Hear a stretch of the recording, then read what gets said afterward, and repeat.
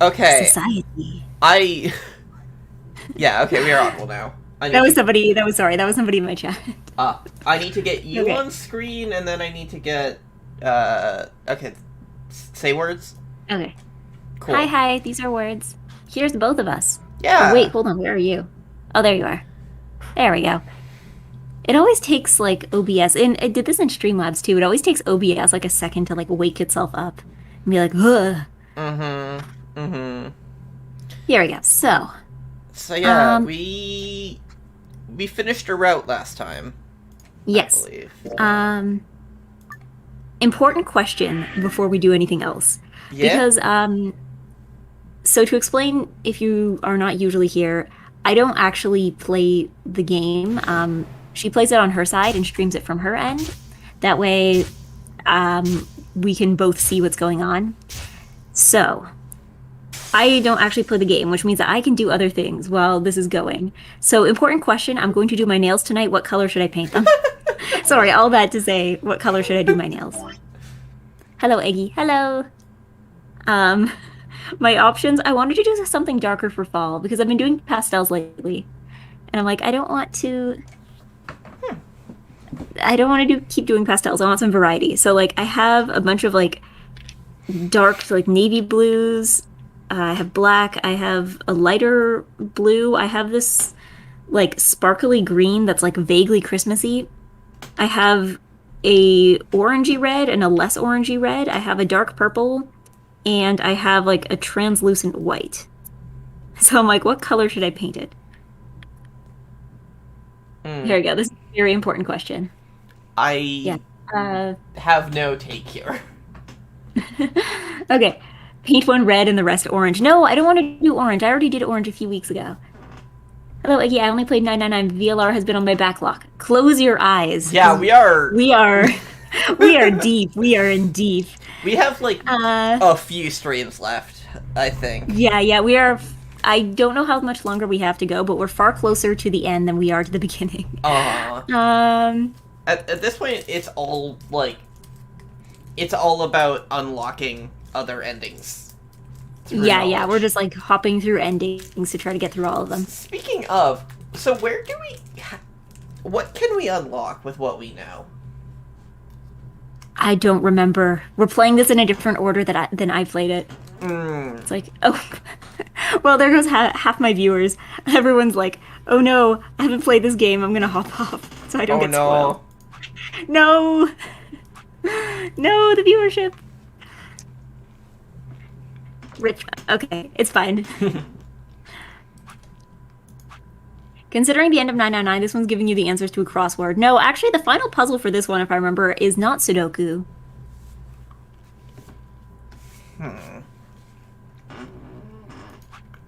I guess just, like, head back here, skip through.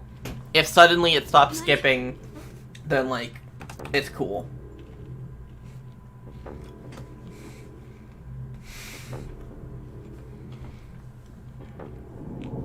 Cool. And that's that, I guess.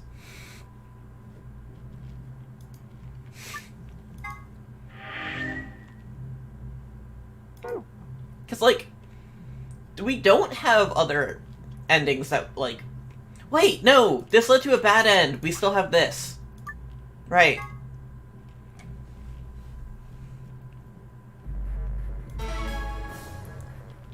So I'm assuming that I should not betray here. Hello?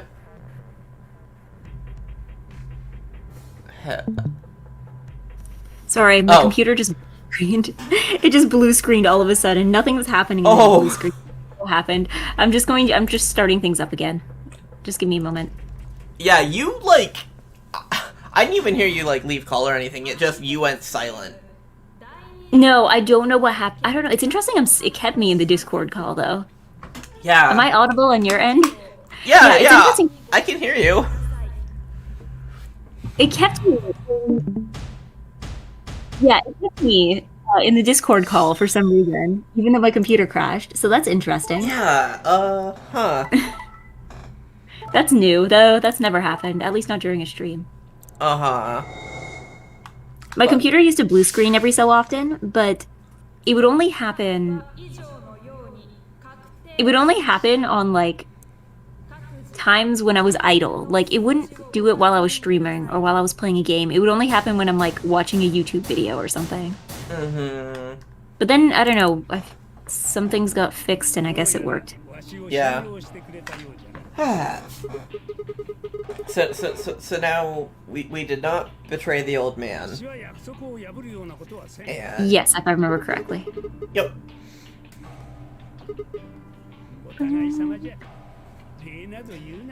So you know what I've been waiting almost a week to talk about on stream? What? Chris Pratt as Mario. Oh boy. Like, Oh boy. the internet has That spent like the last like 5 or 6 days clowning on this nonstop. But that doesn't mean It's we a shouldn't choice. also clown on it. Like, It sure is a choice.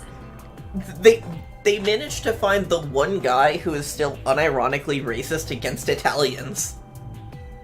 It's like, I don't know. For me, too, it's just like, if you ask me which celebrity is the most Mario-like, he's kind of on the bottom of the list. Yeah, Like, he's just kind of a white guy. And I'm pretty sure he doesn't consider Italians to be white people, so... okay, hold on. Am I running? Am I live again? You are not there. Why are you not there? Huh. You are not showing up on my screen. What is this? This is nonsense. Hello? Hello? You know what? I'm just gonna use the PNG, and then, like, if the other thing pops up, maybe it just takes a moment. I don't know what's going on with StreamKit. If it pops up, then Uh-huh. it works. If not, I'll just keep the regular non-bouncing PNG of you there for now. Mm-hmm. Oh yeah, are we back? Are we back? Am I audible? Am I here?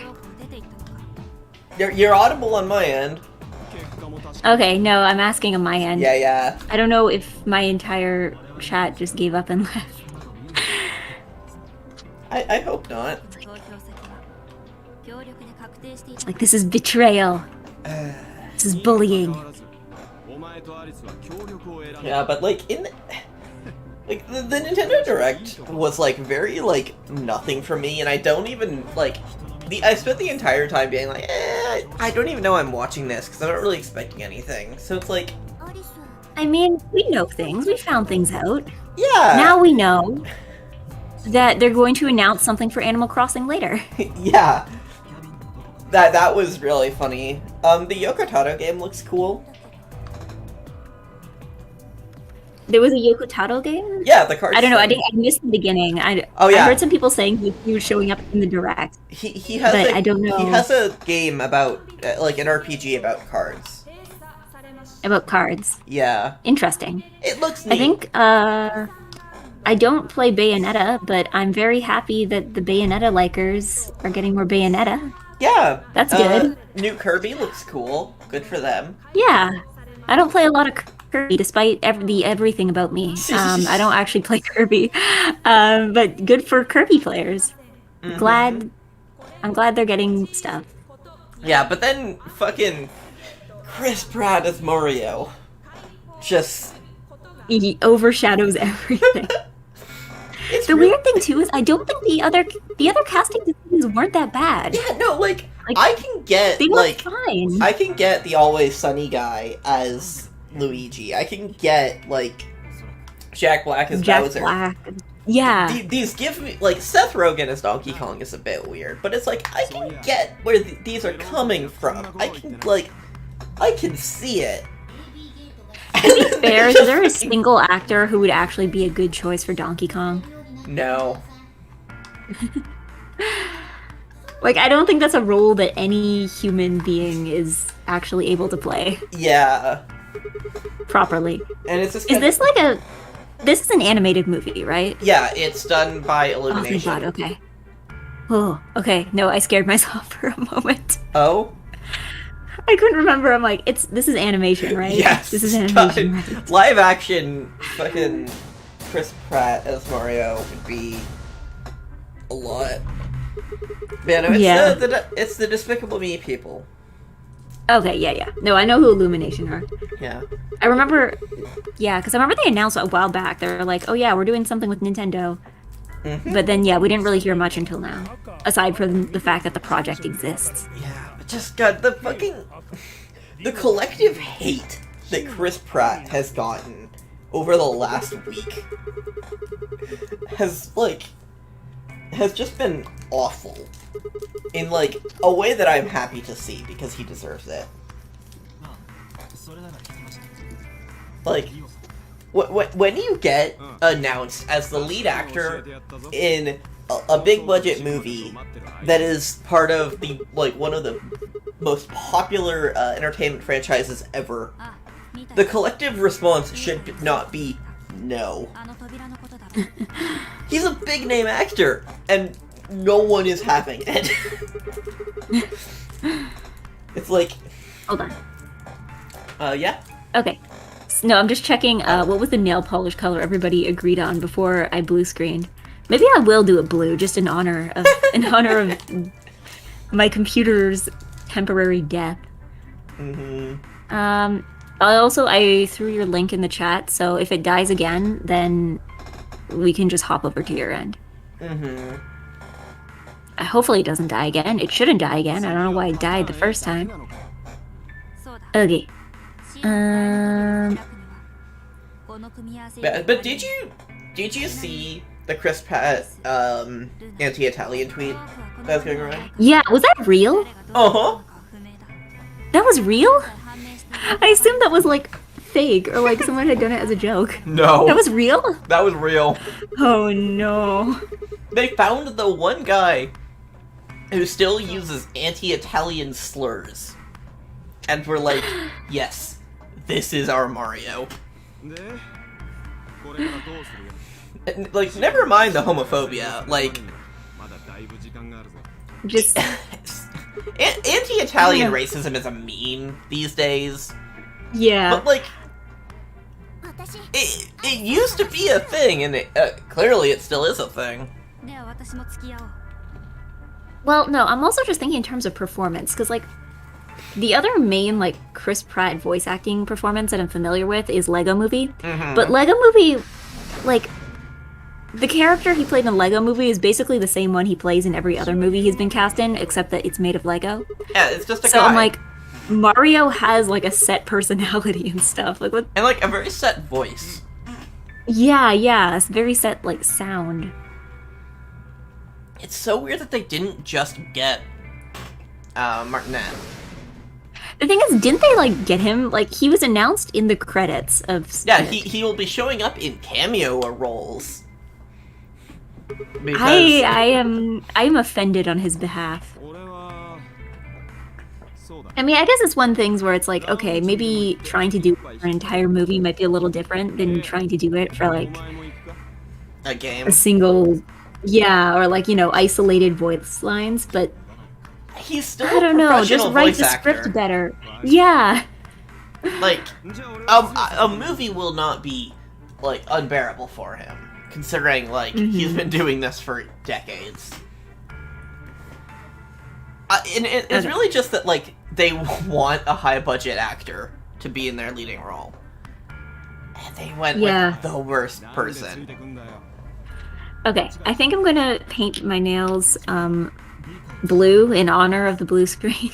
Nice. I'm gonna go, but it's gonna be a navy blue, so it's not like a blue screen blue. Mm-hmm. Hold on, I need to grab something. Yeah, I will be fascinated to see if the internet can bully another major corporation into changing their movie. I mean, to be honest, it's probably better, like, the Sonic movie cost more to change their thing. Yeah. And I think, like, changing a casting decision doesn't cost anything, especially if the movie hasn't actually been made yet. Given that they announced it's coming out next year, I would have to assume that, like, it is, like, a ways into production. Yeah, it's like some form of done, but, like, it's not like you can re-record lines. Yeah. Like, that is literally how anime dubs work. Like, you can re-record stuff on top of other stuff. It's not like you have to restart the animation process. Yeah, like they might have to like call all the other actors back because I don't know how the dubbing process there would be working. So maybe it's like I'm gonna check something. Okay. Oh. Just I want to check if this had extended or not because it feels like it will. Oh. But yeah, it's just kind of like depending on like if they had people record their lines together or not. Yeah. That might cause problems, but like Probably, and like depending if they use like ad libs and stuff. yeah. So like there could be problems here. But Not nearly on the scale of the Sonic movie. yeah, like merch had been made for the Sonic design. Yeah.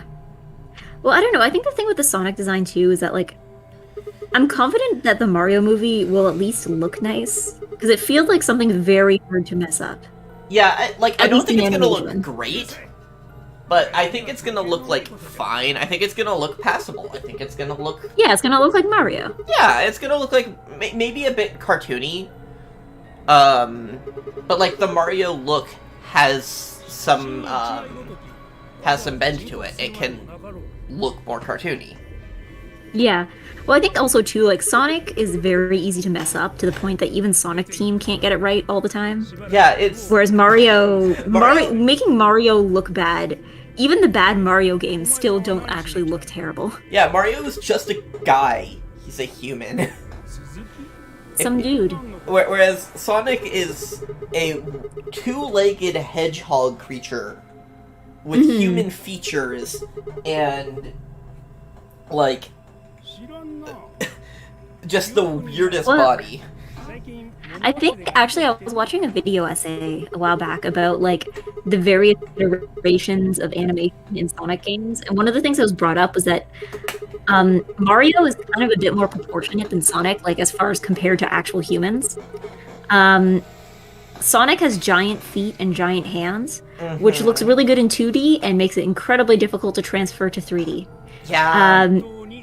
So a lot of the issues with the Sonic animation comes with the 3D games, and it comes with like something that the video essay actually like nicknamed it the mascot suit problem, because you know how like if you go to a theme park and you see somebody in like a Mickey Mouse suit, they have to move differently in order to portray the same emotion because you know they're working with a giant head and a less expressive face and like giant hands. So if you try to animate your giant-handed Sonic characters the same way you animate a more proportional human, it's just gonna look really awkward. So yeah, that's what Sonic tends to run into. And also they can't figure out what to do with his eyes. Yeah, the eyes thing can just be very weird. And yeah, well it's like again, it's like a design that looked really good in 2D and then you try to transfer it to 3D and you're like, oh no, there's no division between the eyes. Yeah, what are we gonna do? Whereas, like, I keep repeating it, but like Mario is just a dude. He's some guy. Yeah, he is a dude in red overalls. His most prominent feature is like a mustache and a hat. Yeah, like you can have someone like dress up in a Mario cosplay and they will look reasonably like Mario. Yeah, and they will also look not horrifying. The same way, like if you try to dress up in a Sonic costume, it's not gonna look good. Yeah. And it's just sort of like it's I don't know. I want to know what they were thinking with the Sonic movie design.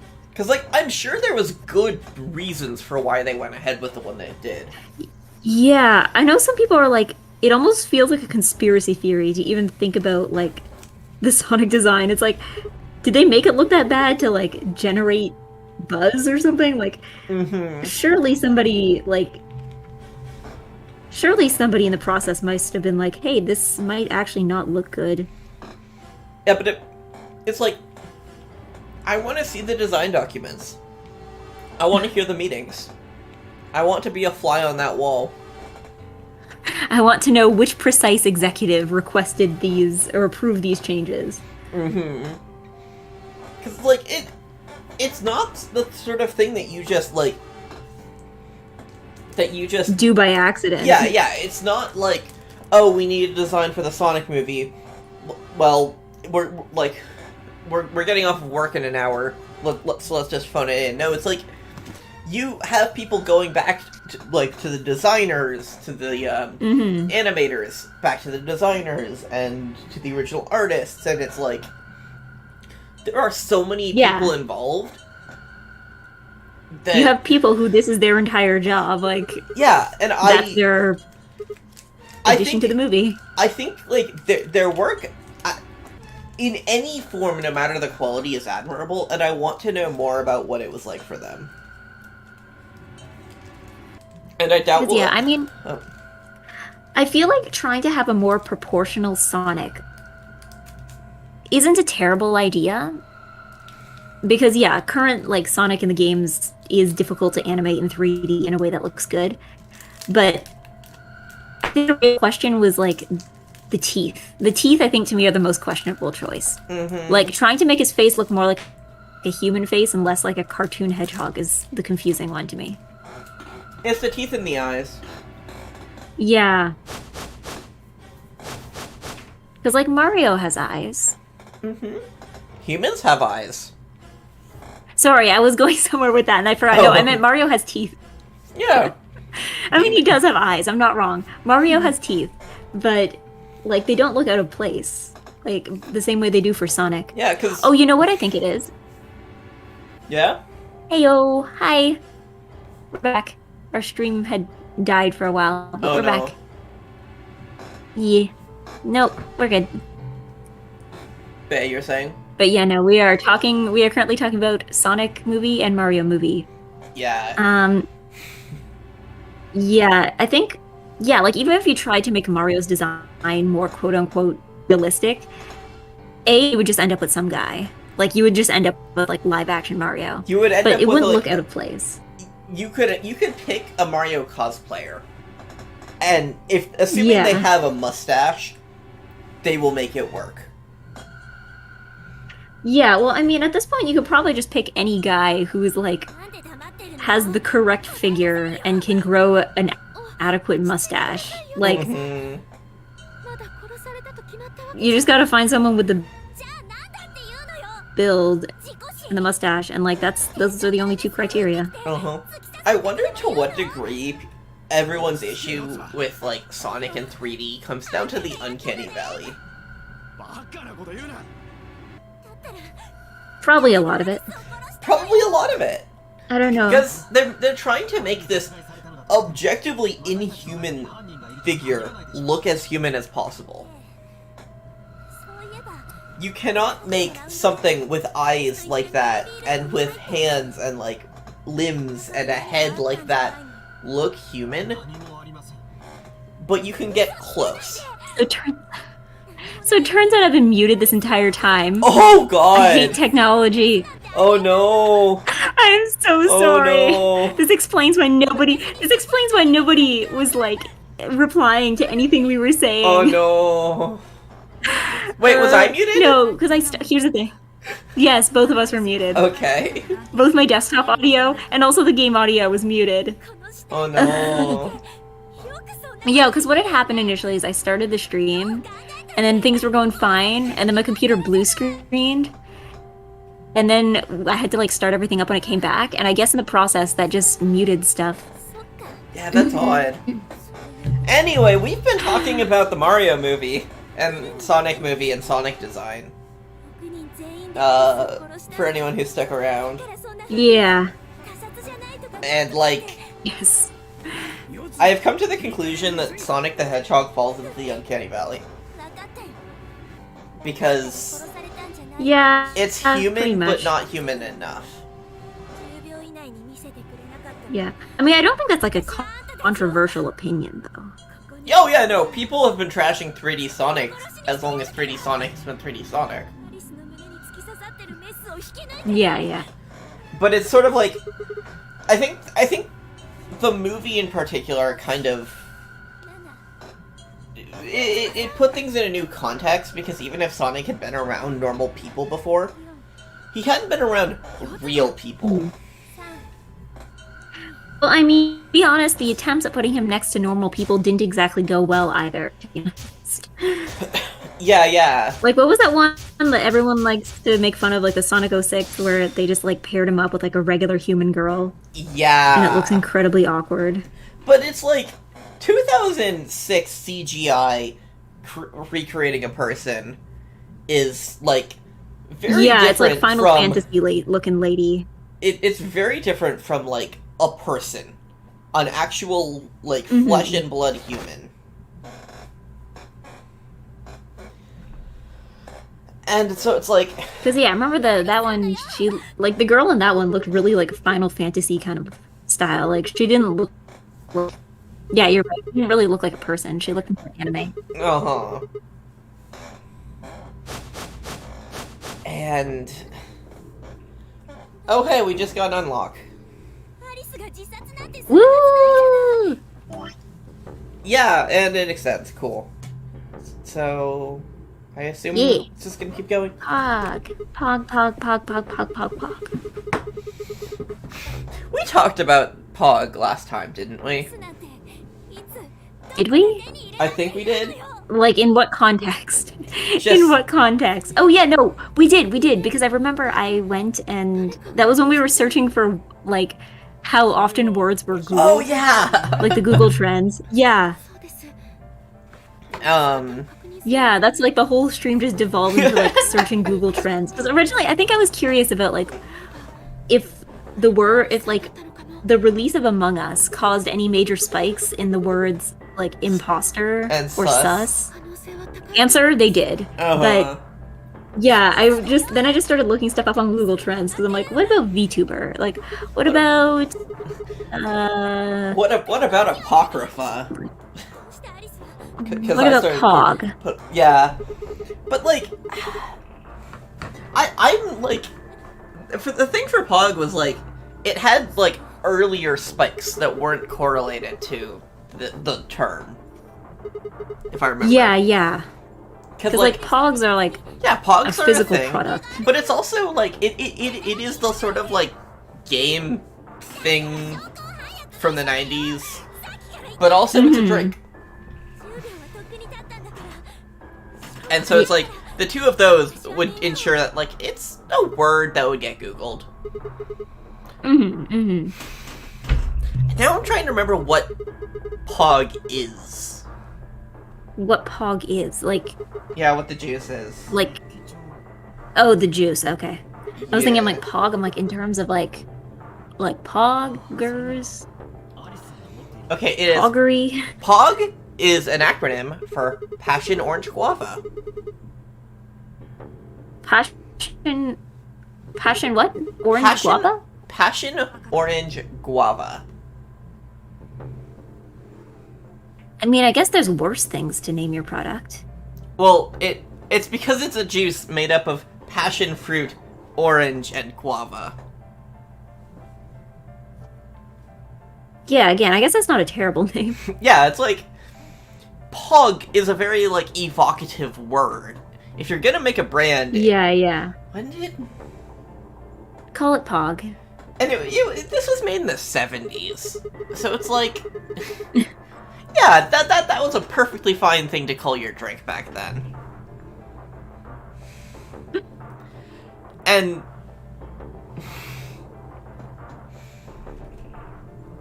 Oh. Yeah? Oh my god, No, for a second I didn't hear you, and I'm like, oh no, did the technology break again? Oh, yeah, I think I was just quiet. But yeah, if I recall correctly, the game of, like, Pogs came about because, like, it started as, playing with Pog caps. Oh. And then but I thought Pog was like a separate, like its own like toy. Like I thought there was like a branded toy. Yeah, Pogs. no, it started as like, because the thing is that like you have these caps that you slam down on and you like grab them. And it's like, they started being sold as these discs. But it started as, like, milk caps and juice caps from, like, cartons. And one of those was Pog. Pog. And I guess... Yeah? I mean, I imagine Pogger, like, if you have somebody who plays Pog, would it become Pogger? Like, would you be a Pogger if you are a player of Pog? I suppose so. Someone probably said that in the 90s. Yeah, like, oh yeah, they're like professional Poggers. But, I don't know, I think... But, like, also the phrase PogChamp is referring to Pogs, right? The champion of Pog? I thought it had something to do with Pogs. I honestly have no idea where PogChamp came from, though. I could have sworn it had to do with Like... Pogs, which would be really funny because then you have this, like, semi-obscure drink influencing, like, massive culture. Like, you have this drink that was invented in Hawaii in the 70s, being responsible for a man taking part in an attempted coup of the US government. Yes, and also video games were in there somewhere. Yeah, like, it's the fucking domino meme. Yeah. The tiny domino is, someone decides to combine passion fruit, orange juice, and guava into a drink. And then, at the end, it's like, this guy was arrested for trying to invade and, like, coup the US Capitol. I have some work to get done, so I'll be lurking for a while. Okay, that's okay. We'll be right here. But, like, the fucking... Wait, so was he actually arrested? I thought it was just... I don't actually know if he was arrested or not, but he was, like, he was... Yeah, that's what I was gonna say. I don't know. He was physically there? I believe so. There were a lot of people... I don't know, I was under the like... impression he was not physically there and just commented on it on Twitter and showed support. And, there were a lot of people who were, like, in the area, but didn't actually enter the building. Ah, okay. Where it's like... Because it started ostensibly as a rally. Like, we're gonna rally for this guy who lost the popular vote. And then that just suddenly turned into an attempted coup that had actually been planned out, like, more than a month in advance. But, like, the ostensible idea was that it was going to be just a rally. And so you had a bunch of people there who were just attending the rally. Have you ever heard of Ariel Pink? No? Is it somebody I should know about? No. He's like... Okay. He's an indie pop artist. Sort of proto-vaporwave, I think. The term I see used to describe his music is hypnagogic. Hypnagogic pop. And so it's sort of like... He's a big deal in indie music, because he's like very influential. And also he was there at the rally, and he got in hot water for that. Understandably. And it's like, and he was there with one of his friends, and the friend, like, is known for being very opaque, or yeah, I believe the word's opaque. Very unclear about, like, anything.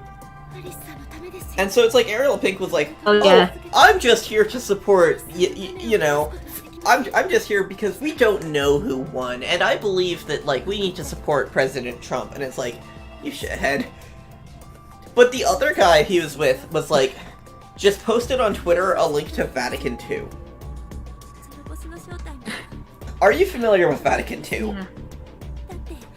No, is that... what is it? It is... We are not in the same corners of the internet. It's not an internet thing. Okay. It is, after World War II, the Vatican decided to revise some of their policies. and institute, you know, just base level changes overall. Sort of modernizing a lot of policy. It was things like, hey, maybe we aren't gonna blame every single Jew for the death of Jesus. Understandable. Yeah, I appreciate it. Reasonable changes. And it's just sort of like, dude, why are you posting that in reaction to this?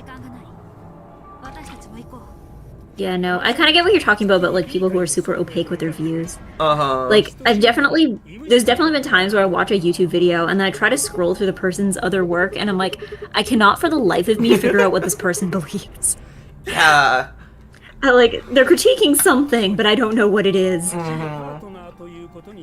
Or they're saying a lot of things, and I feel incredibly dumb because I can't figure out if they're saying it sarcastically or not. There's a lot of, like, Japanese writers and directors that I'm kind of like, I don't know what you believe. Yeah. Where it's like, they sure do say a lot, but what is that? I mean, at least that's kind of understandable, though, because, like, we have kind of that, like, cultural and linguistic barrier. Yeah. But, like, I feel like if it's, like, something in English from the US, and I'm like, I cannot for the life of me figure out what this is supposed to mean, and then I'm like, oh, I feel like that's more of a problem. Sometimes you do watch something and it's, like, incredibly clear about what it means. Like, Ikuhara does not hide what he thinks. Yeah. But, like... Where on the political compass does Nisio Isin fall? Like, what is going on with Nisio Isin? And, like... I think I feel like trying to interpret it, like, trying to figure out his views from his writing would just involve trying to figure out, like, which of these things he meant intentionally, and which of these things, like... wasn't intentional, but I feel like you can't really do that if you don't have, like, yeah. Because a lot of it, like, Nisio Isin is very good at writing from a character's perspective to the degree that you might think that's the author's own views. But then you go and read anything else and it's, like, very different and you realize, wait, I know nothing about this person. And it's sort of like, you reach a point where you just don't know. Yeah. Like, Nisio Isin is probably, like, at the very least, not homophobic. Yeah. Not actively nationalist. Well, I feel like this kind of stories he writes, too, don't really, like, set themselves up very much for that kind of thing. Like, they're very, like, at least the ones that I'm familiar with seem, like, very kind of, like, smaller scale, like, they're very personal stories. Individualistic. Like, it's not like, yeah, you don't get a lot of, like, big, like, Legend of the Galactic Hero style, like, giant cast dramas. Yeah, it's like, words, because it's always, Nisio always writes first person. And so it's all, like, you're seeing the world through the character's eyes. And that's a very limiting view. But it's just kind of like, what do you get from that? Of course, there are other authors who are pretty clear in their views, like Keiichi Sixawa or Isayama. Are you are familiar with both of them, even if you don't know them by name? Yeah, you know, I feel like if you've named a thing they've made, I'd probably be familiar with it, but the names aren't ringing. Okay, so with Sixawa, are you familiar with Sword Art Online, Gun Gale Online? Not the arc, the spin-off. It's a spin-off. Yeah, I've never watched it, but I'm familiar with it. Okay, are you familiar with Kino's Journey? Yes, I'm familiar with that too. Sixawa did both of those. Okay. Sixawa is mad at him for reasons I can't remember. Oh, he's definitely a far-right nationalist. Yeah, that sounds familiar. Because, like, you can sort of pick up on this in Kino's Journey, because it's like, Kino's Journey has nationalism very baked into it. Because the entire premise is, like, you have all of these different countries that are wildly individualistic. And there you go, that's already a very nationalistic concept. And Isayama is the Attack on Titan guy. Oh, okay. And I remember people, I think, were mad at him for similar reasons. Yeah, there's a lot of fascist themes in Attack on Titan, very nationalistic. I read it for a while and then stopped it when it introduced literally the Jewish ghetto. Because that seemed a little tasteless. Actually, on that topic, did you ever watch BNA? I watched an episode and then kept hearing about the drama. No, the ending, I don't know. I have heard it's implications anti-Semitic. I mean, yeah, it's one of those things where it's like, yes, but it's also hard to tell if it's intentional. I don't know, I think... A lot of times, media can fall into anti-Semitic tropes without realizing it. Like, I feel like especially... I can't imagine, like, writers from Japan think about this topic a lot. Like... You would be surprised. Like, you do get Japanese writers who have bafflingly strong opinions on whether or not the Holocaust happened. Isn't there, like, barely any Jewish population in Japan, though? Like, isn't it, like, you know, like 2% of the population or something? Like, something like that? Like, yeah, it's more about, like, it's an interconnected issue. I would be shocked if there was someone who denies Japanese war, or, like, who denies the Holocaust but doesn't deny Japanese war crimes. Yeah, I imagine it probably also just, like, a kind of thing they probably imported from other countries. Yeah. Like, it's not like a view that started from personal experience. Yeah. I just had a thought. Actually, I had two thoughts, and we're gonna go on, and then go through them in order. What's the politics of Danganronpa?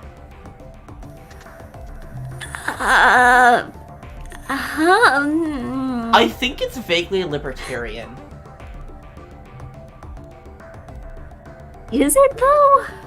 It's very focused on it's very focused on the individual.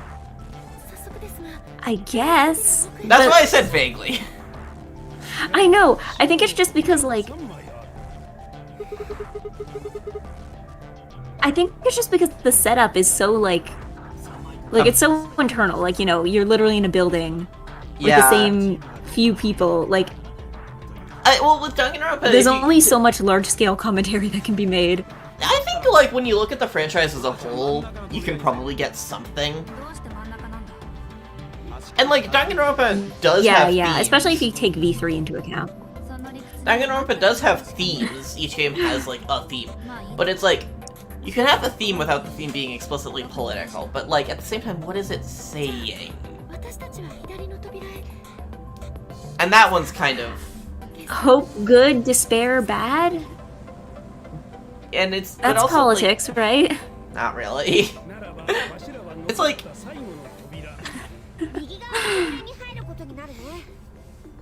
I don't know. I do think that there is, like, some amount of libertarian stuff there, just because it's like, these are the incredible individuals who are talented, and they are good and, like, useful and can do things. This is a meritocracy unless you're Eggy. Like, yeah. I think the other thing, too, is that, like, for me at least, it depends if you take V3 into account. Because I remember, spoilers for anybody who hasn't played V3, I guess. But oh boy. I remember towards the end, there was this one thing that was like, oh yeah, people wanted violence so bad that they were willing to, like, kill people on TV for it. And I'm like, that is a very pessimistic view. Like, the idea of, like, oh yeah, we solved literally all the world's problems, so we tried to invent some more. Like... And, like, it's not even a particularly creative idea. Because, like, I think Videodrome did the same idea, but better. The plot of Videodrome is that this, TV producer guy, it's the 80s, and he runs this channel for, late-night television. Mm-hmm. And his channel is dedicated to extreme content. And it's all about, like, he just needs to get more and more extreme stuff, because people grow desensitized to it, and it needs to be more, and always more. And he gets this tape that's like, it's evil and cursed, and it's actual people being murdered, but also it's a show, probably, because who would actually kill people on TV? And then it's a whole thing, and eventually the man turns into the videotape monster, and it's very Cronenberg. But like, the theme is sort of like violence and media, and like people crave violence. But like the important theme there is that it's like kind of attacking the people who provide this violence, whereas Danganronpa is just kind of like, welp. You're a bad person if you like watching things with conflict in them. You're a bad person if you like Danganronpa. How dare you enjoy the video game that we sold to you for money? Yeah, it's very like, God, I'm not gonna go off on V3 right now. Because I could. But it is bad. Yeah, I'm trying to think if there's anything else that, like... I was gonna say, what are the politics of Ace Attorney? But even those are clearer than they are for Danganronpa. Yeah, I feel like anything involving the justice system explicitly... is instantly clearer. Yeah, like, it is the game supportive of the justice system? I don't know. Is it really, like, I don't know, is it justice if you're coerced into doing whatever it is you just did? Like, does that count?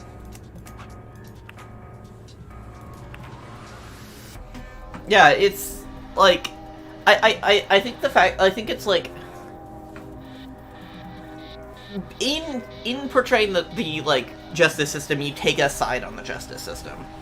Is it just? Is it like cruel and unfair?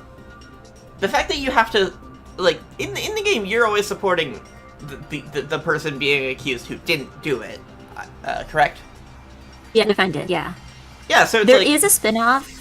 Okay, there are some spin-off games where you get to play as Edgeworth and be a prosecutor, but even then, like, gameplay-wise and plot-wise, it usually just ends up being more similar to playing the defendant, because half the time you're like, it's not so much that you're trying to prosecute the crime so much as you're trying to prevent all the other prosecutors around you from prosecuting the wrong person, which basically turns you into a defense attorney, I guess. But, yeah. But yeah, no, the rest of the time you play as the defense attorney. Yeah, so it's like, I feel like that's like the fact that people have to try so hard to keep innocent people from being persecuted. I think you already have a theme there.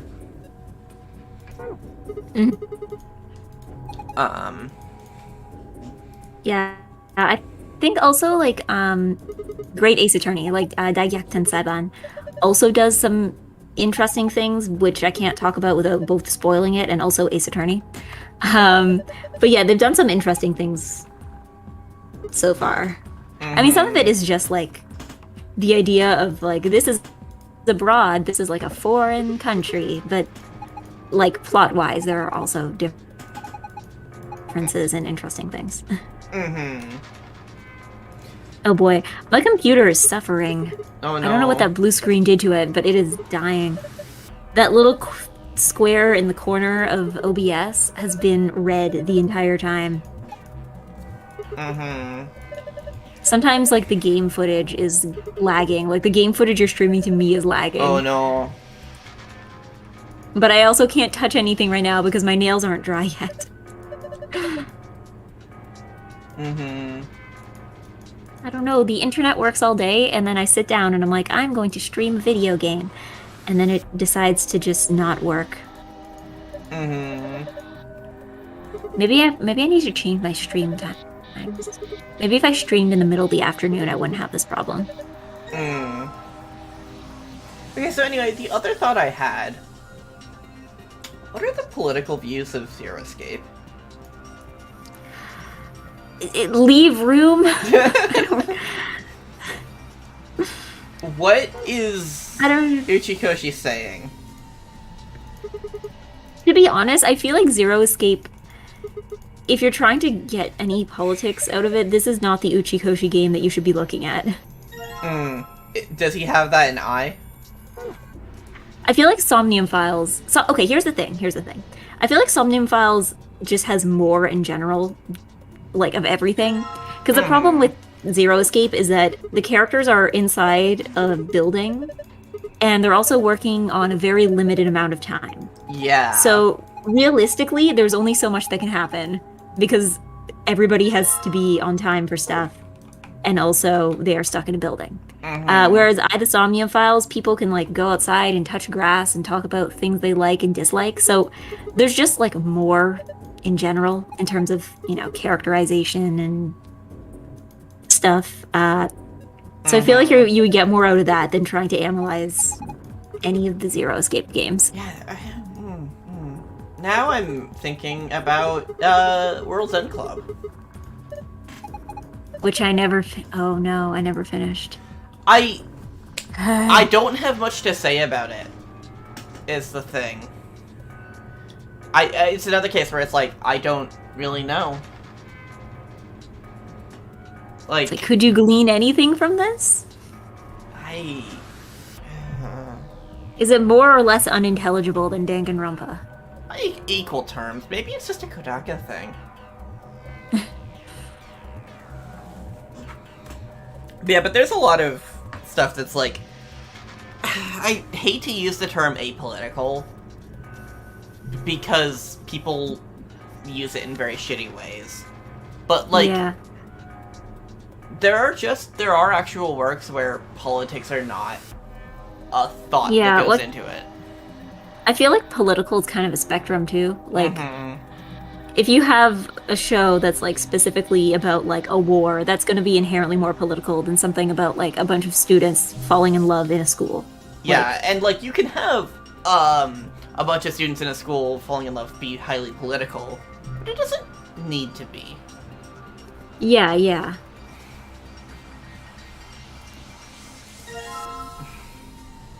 Oh, hey! Yeah, not every... Literature! We found it! We found literature! Perfect. Fantastic. This is my new favorite item, oh my god. It's just literature. Literary analyses, specifically. No, I'm just looking at the books. I love how it says literature. I love how it says literature on both sides, as if it's, like, both the front and the back of the books all say literature. Uh-huh. And on the sides, oh my god, on the sides, does it say literature? Yeah. It does! And these are the chapters. Chapter 1, Chapter 2, Chapter 3, Chapter 4. Of literature.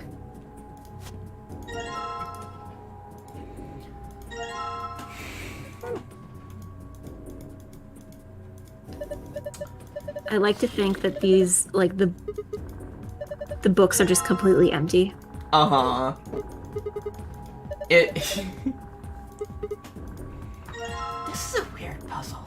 I'm thinking about how, where I used to work, on some of our displays, we'd have, like, decorative books. But they all had the covers torn off, and once when I was cleaning, out of curiosity, I opened one up, and I was expecting it to just be, like, a notebook, or, like, an empty pile of paper. But no, they're real books. They're actual books with, like, the covers torn off. Yeah, most of them were, like, really old self-help books, but then one of them was a copy of The Lion, the Witch, and the Wardrobe, so that's interesting. I don't know. I don't know why they went with that instead of just getting notebooks, but I guess that works. It's probably just what they have. Ah! Huh? You good? Ah! This again.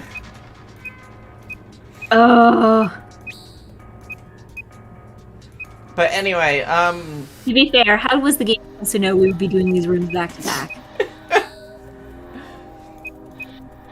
But thinking about torn books is like, cause like, have I mentioned my dad owning a bookstore before? I feel like I have. I think you did. Yeah, so like what would happen is that he would get advanced reader copies of books. Mm-hmm.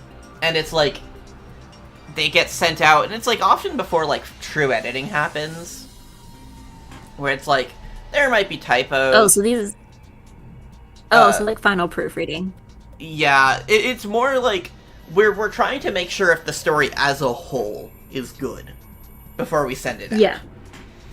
And so it's like, we would get those sometimes, and I read a lot of books that way.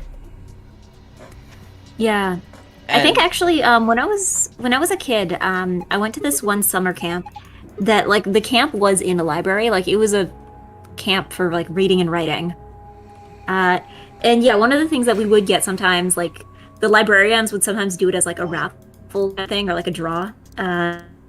Yeah, you could win like advanced reader copies of books, because usually the libraries would get sent advanced reader copies as well, right? So they can decide whether or not they want to have this book on the shelves. So yeah, we would get advanced reader copies. I don't think they were quite as like advanced as the ones you're talking about. Like, I think I might have made them seem more advanced than they were. It's like it's books that are mostly done, but like they're not coming out for another few months. So it's like we're sending this out to make sure that like this is a thing that people would care about. We might just be talking about the same thing. Yeah, for us it was more, I think, like they were like the reviewer copies, so like the book was basically done. It's just that it was like maybe the marketing and like the title or the cover art might have not been finalized yet.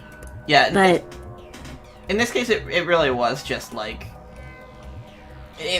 sometimes there would be typos, but like that's because it's like a 60,000 word book that is still like is still a few months out from production. But yeah, anyway, the thing about that is that with all of them, there was this thing that like they had to be when they were disposed of, they had to have their cover torn off. It's like you tear the cover off and throw it away to make sure that no one's passing it off as like no one's gonna resell it. Yeah. Which makes sense. But yeah, no. I don't think those were advanced reader copies, though, because if you look inside, all the copyright pages, they all said like 1980s. Either they were incredibly old advanced reader copies, or they were just like really old books the library was done with. Because I know sometimes libraries would do that where I lived. They would just like have these giant book sales of just like old books that either were, not in an acceptable condition, or were just like not being borrowed a lot, and there was no point in keeping them in the library. So I know they would sometimes do big book sales of those. And it was always really weird ones too. Like, I remember going there and like flipping through things, and I'm like, am I interested in any of this? Historical adventure. Ooh. Yeah. Which is like... Oh, it's a saga.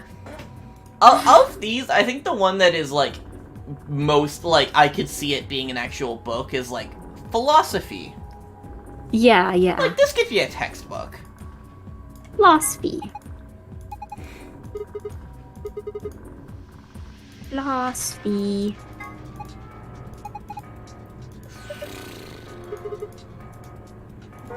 Diamond. Oh my god, why is my computer... I can't fix it because my nails are still wet. Oh, no. Everything's lagging again. Why does computer be Brock? Brock. Try to do anything with it, and it Brock. I wish it was fix, but it's Brock.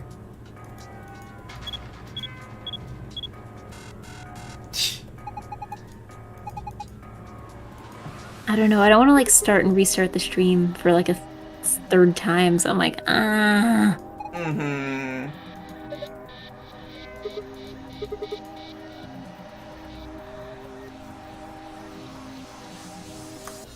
Is there any reason you're on the screen for a while? Yeah. Are you taking a screenshot? No, I'm just processing this. I mean, I guess it's the Shakespeare approach.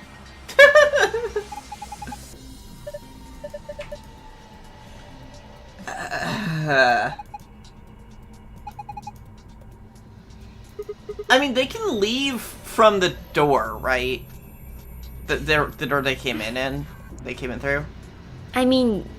It's just always considered that, like, oh, there's no reason to. Yeah, I mean, I always just assume that, like, if they don't escape the room, then they're not gonna, like, qualify for the AB game. Uh-huh. Oh my god, can you imagine trying to cheat at, like, the nonary games? But just, like, really, like, small, petty things, like, not like anything major that would, like, screw somebody else over, but really small. Just, like... So, I don't know. the only reason we were able to progress in this room is a coincidence. I guess. It was entirely a coincidence that he had that. I guess. Oh! Oh boy, that sure isn't anybody we've ever met before. Yeah. Never seen her in my life. Uh-huh. Uh-huh. That face, I do not recognize it. Huh. Never seen her.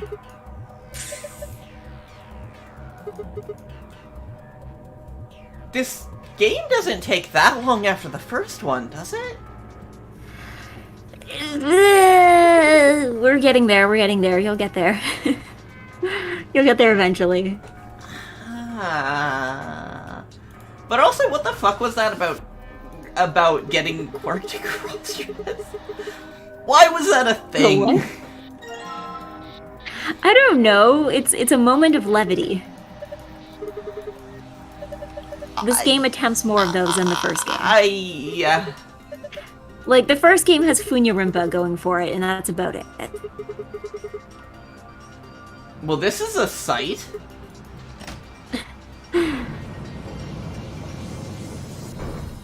But also, in fairness, Funya was a good moment. So. Funya, yeah. I mean, I think, you know, if anything, what this game is missing is Funya. Yeah. I think anybody who's listening can be in agreement who's played the first game. Mm-hmm. Oh boy, Virtue's Last we Reward cannot move our perspective here. Oh boy. Pete. Like, it moves so far in one direction, though, but it's, like, also nothing. Yeah. It's like it really wants you to look at this. Okay, so... No, I'm trying to think, like, Funya. I don't know. Funya, I guess this will also be missed because you pick the wrong dialogue option of, like, the innuendos in the elevator. Mm-hmm. There's that one too, but I don't think it's as notable as Funya. Uh-huh. Possibly because it's almost impossible to skip Funya, I think. Whereas it's possible to accidentally dodge that dialogue. Which dialogue?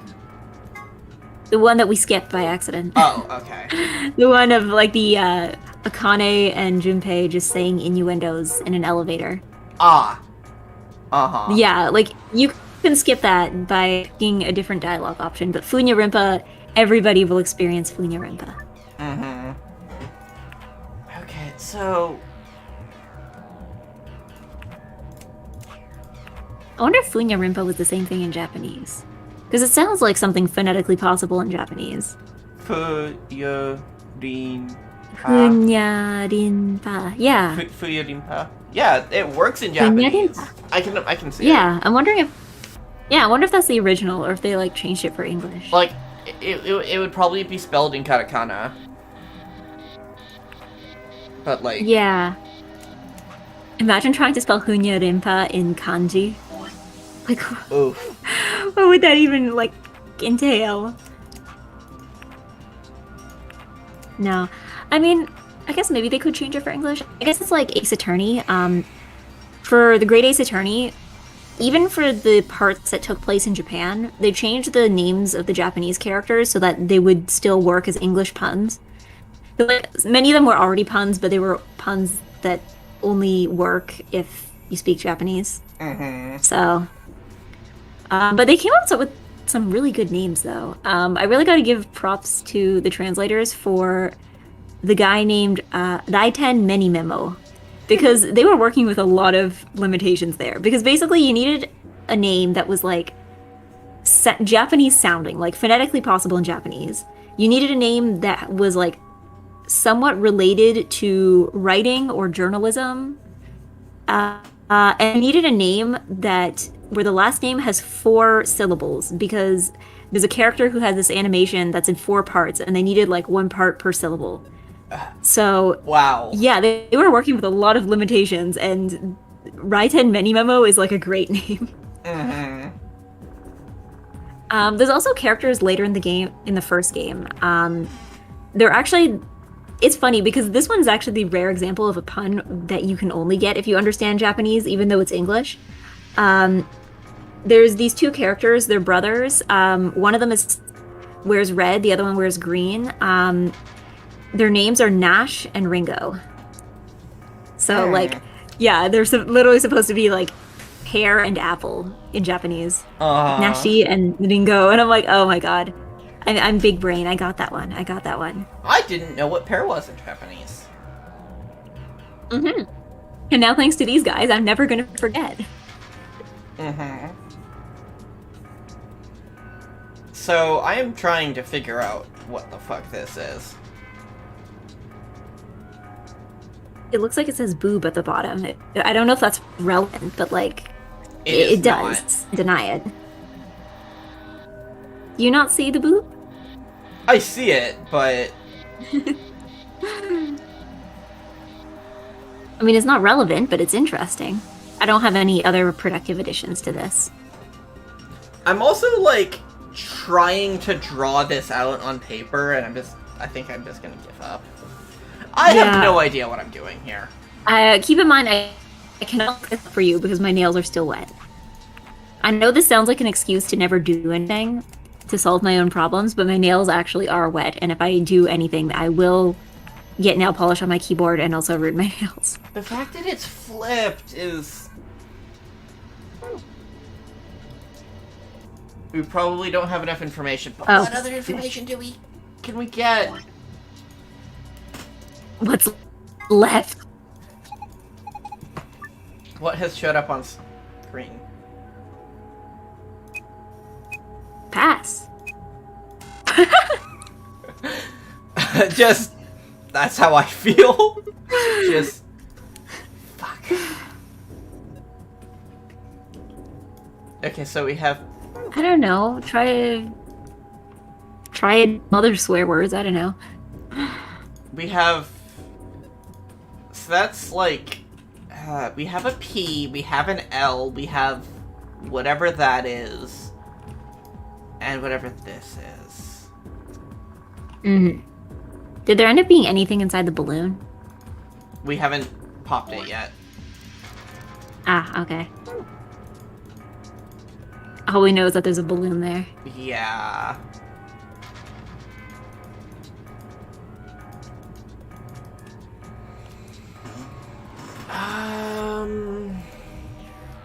We can't even click over to that dresser. Or to that, like, opening. Yeah, it zooms like underneath where we need to look. Mm-hmm.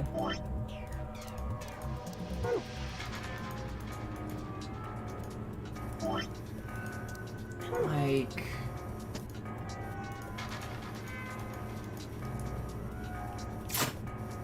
Oh, wait. Oh? Okay, so... What letter is that? Oh, these are letters. We have... I'm gonna be honest, the bitrate has also died. Oh, no.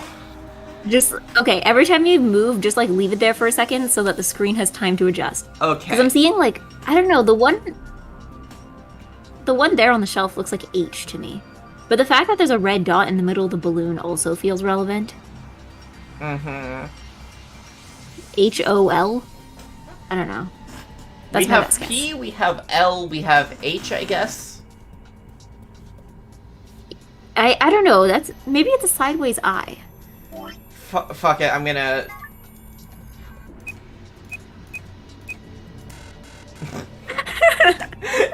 It was Sorry, worth a Phillips of the try. world. It was worth a shot. Phillips of the world, we're very sorry. You are not the password.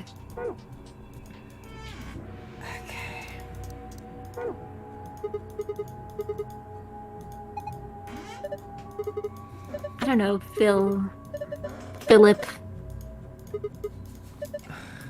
I don't know. I'm a believer in the comedic value of referring to people by their full name but doing it wrong. Like, I remember once I was talking to somebody and they were talking about, like, they had a friend named Spenny. And I had to process for a moment that Spenny was probably short for Spencer, because the first place my brain went was in the same place as Benny. So I'm like, oh, is his full name Benjamin? Benjamin, like that, yeah. Because well, okay. Benny is when short you for say Benjamin, Benny, right? When you say Benny, I think that think of that being short for like Benson. Benson. So Spenson.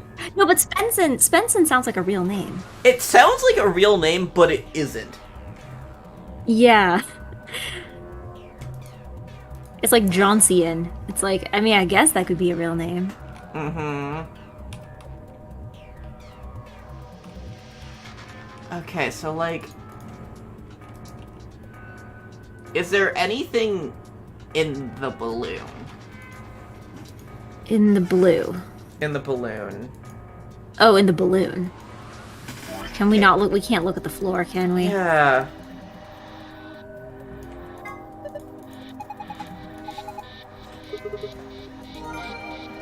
What? Wait, what? What? What just happened? Oh, okay. Oh, Cool. it's the world. Lovely.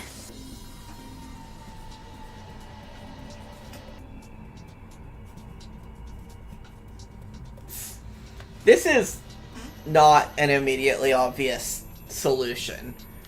Sure, you have to peel the globe. Peel the globe. How many of these puzzles involve destroying objects? A lot. Like, the budget for these... Like, I'm trying to run some of these as an actual escape room, I feel like would be expensive, because you basically have to replace a whole bunch of stuff every single time people go in. I feel like if you're making it to be an actual escape room, you can make a lot of shortcuts.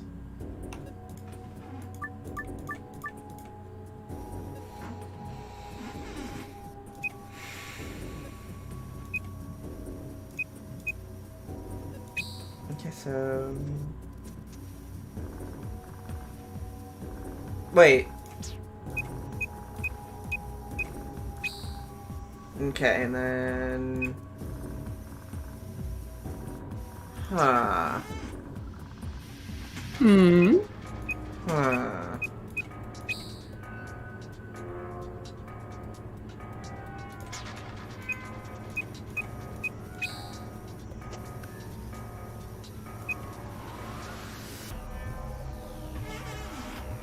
This is tough. Is it not what was on the map? No, it is. It's just figuring it out is tough.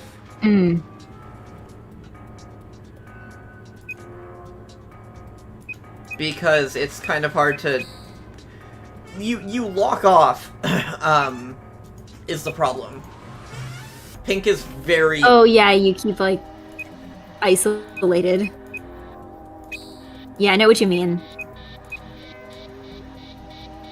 I think they're all kind of like that, though. I mean, I guess it's called a puzzle for a reason. Uh-huh.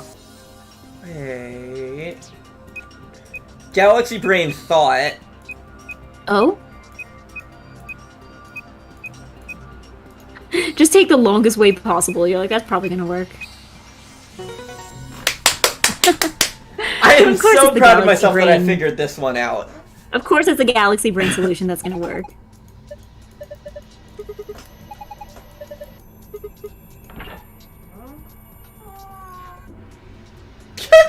Okay.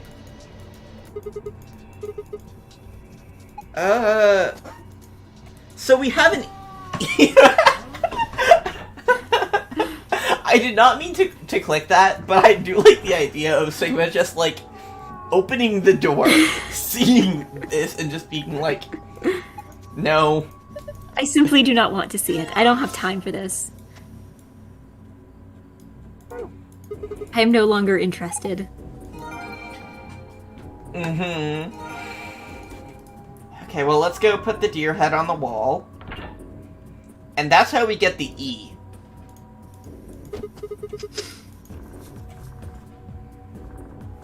Gonna be honest, most of the E was already, like, spray painted onto the deer, so I'm not sure why they needed you to, like, go to the wall to, like, get that confirmed, but yeah, okay. Okay.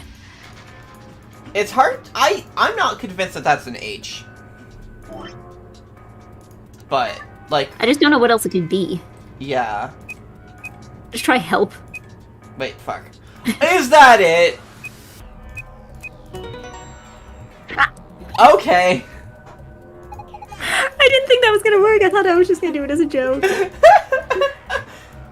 Wait.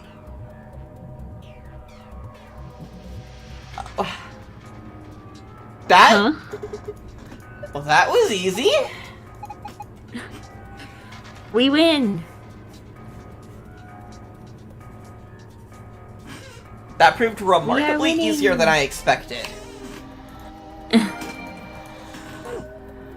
Okay. Now I have an idea. Okay. Books.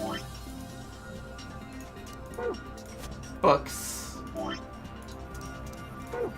Books. Books.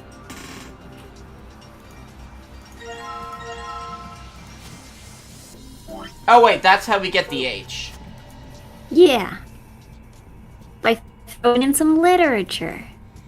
So then how do we get another letter from this? Well, notice how there's 4 literature, but there's only 3 of all the other ones. Yeah, but like, what does that mean?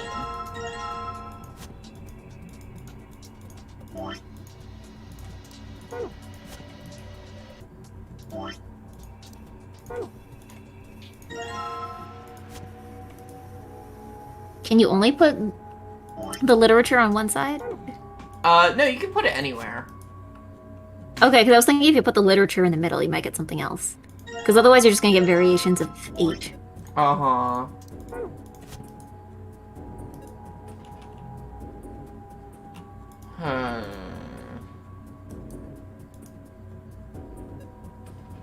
I don't... That's not anything. Is it? Wait, I just realized there's an entire aspect of this puzzle that we haven't interacted with yet. Huh? Which one? Oh, the boobs cards. Yeah.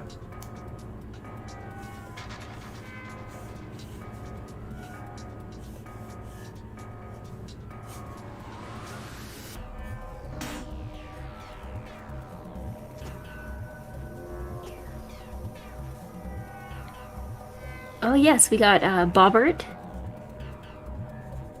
We got... I don't know, is Ian short for anything? Ian's its own full name, right? I'm trying to think of like a joke answer and I can't even think of anything. Okay, so... Yeah, I'm like, there aren't exactly a lot of names that rhyme with Ian. You're not gonna get any kind of like Benjamin style thing out of this. It's like, there's nothing that rhymes with Ian.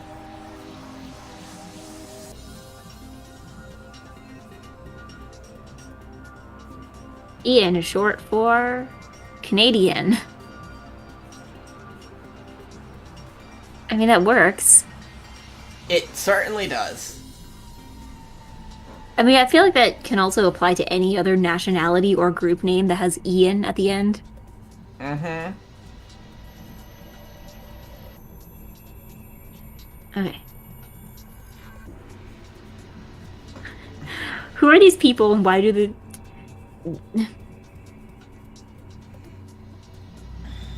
I mean, at the very least, all these people requesting here know who they want to sit to next to. Like, it's not like you're getting, you're like, ugh, anyone except Bob. I Yeah. refuse to be near Bob. Also, the likes to be on the far right is on the far left is funny phrasing to me. Yeah. Wait. What? Well, I mean, you just skipped through all the explanation. I have no idea what that is. Oh, I know what that is. I think. I don't know what shape you're supposed to form. No, they're not supposed to overlap. You see how it starts like a square and they all fit there perfectly? Yeah. I think you're supposed to make a different shape with it. I know. I just don't know what shape. I'm trying to, like, figure out, like... Mm-hmm. Yeah, we'll come back to it. Maybe if we figure out this thing. Yeah. Okay, so Bob goes there. Tony goes there. Mikey goes there. Ian goes there. Chris goes there. John goes there. Alright.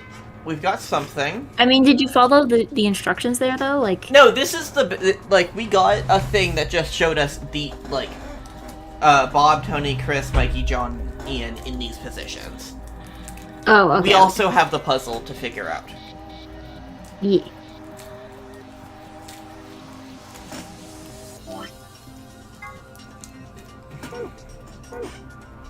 Okay, so...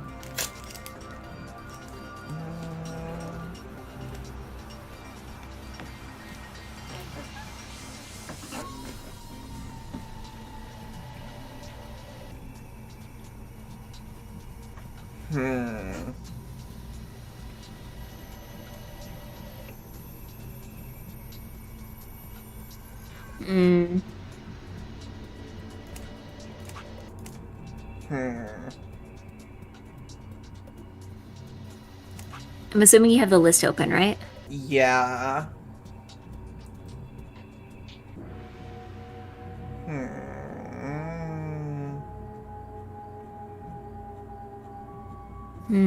Big think. Let's go, big brain. Let's go, big brain. It doesn't say boob at the bottom anymore. That's disappointing.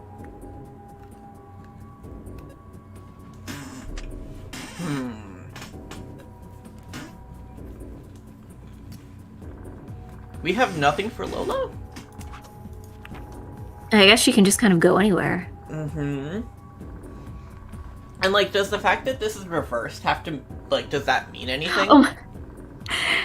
I don't think so, but also, the middle, that thing in the middle, the top looks like Among Us now. Ah! I'm only capable of giving answers.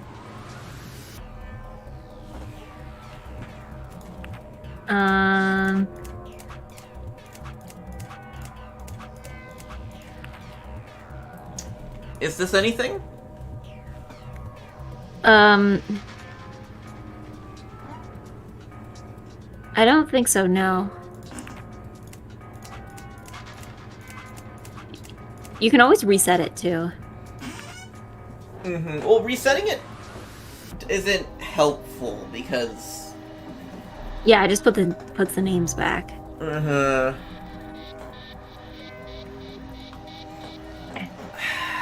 You know what? I'm gonna see if I can get things to work, but then I don't know where they go. Huh.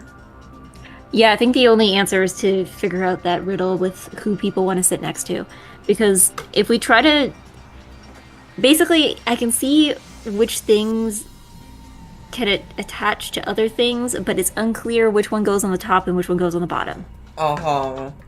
Like, in theory, yeah, these numbers each have 3 parts, but, like, it's kind of unclear which part is the top part and which part would go on the bottom. So we might come up with the right numbers, but in the wrong order. So that's why I propose we just follow the puzzle like we're supposed to. Mm-hmm. Yeah, the problem is it's like...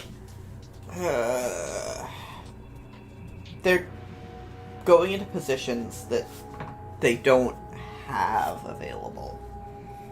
Mm-hmm.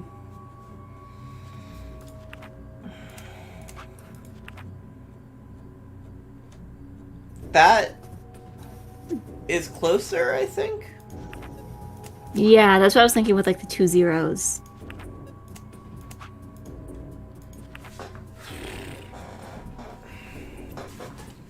I'm almost wondering if these are supposed to be words or numbers, though. Because, like, if you moved a piece, it would look like it says book. Yeah. I don't know what number that could be.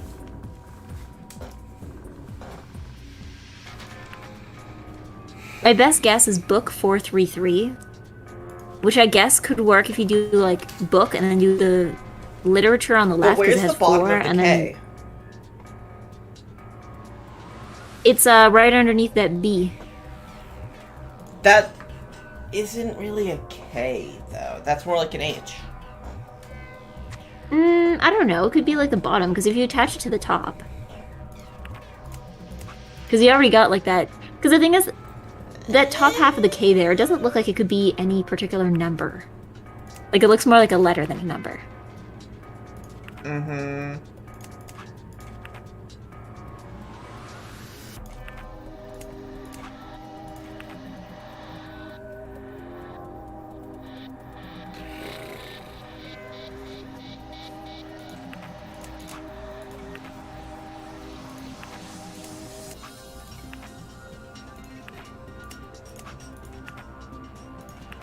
Ah.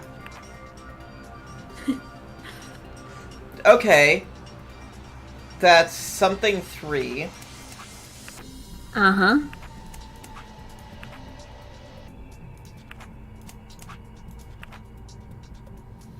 That's like Y3, I guess. Also, oh god, this is getting very mixed up. Oops. Yeah. Once again, I propose that you just do the puzzle. I'm trying to. I tried to. I just don't know because it's I tried writing it down and I tried figuring it out that way, and then it just immediately runs into problems. Hmm.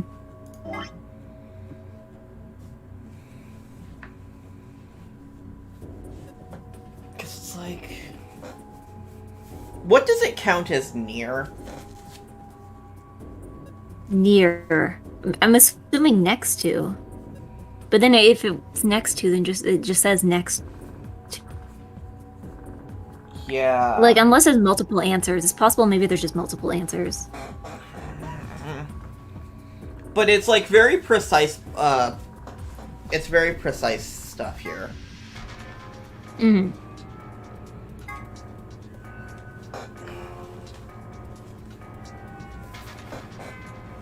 And it's like there's not there's not really a place that I could have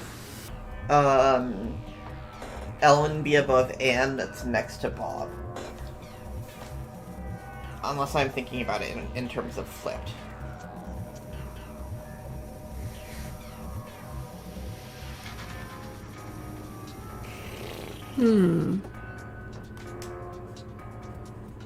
Be above Anne. I mean, at least we can start by what we know of, like, being on the left and being on the right. Mm-hmm. Also, I'm left with one empty space. Okay,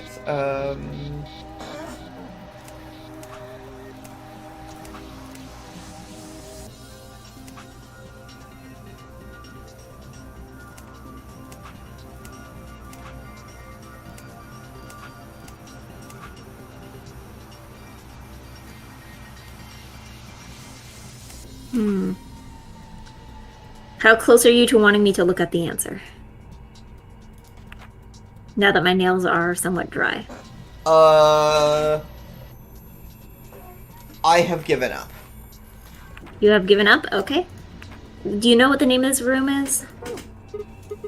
Director's office. Director's office. Director's office. Bum, bum, bum. Oh wait, no, it's the wiki. The wiki doesn't tell you the answers. The wiki only spoils you on the story. Oh no. Um. Okay, time for actual walkthrough. Mm-hmm. Okay, so that's the first one.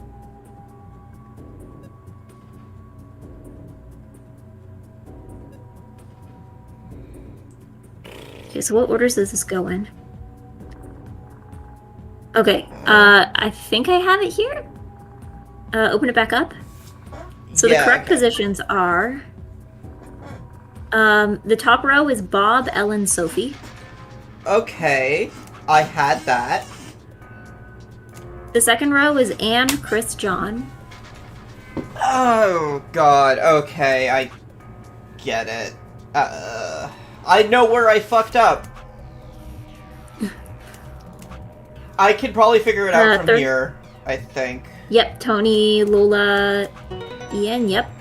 It was just because I thought Anne had to be directly above, or Ellen had to be directly above Anne. Oh, okay, yeah, no. So that was just a complete misunderstanding of it for me. Oh, okay, yeah, it's like, no, it's like anywhere above, it doesn't actually have to be, like, directly above. Book 334. 334. See, I was on the right track. I was on the right track with, like, book 433.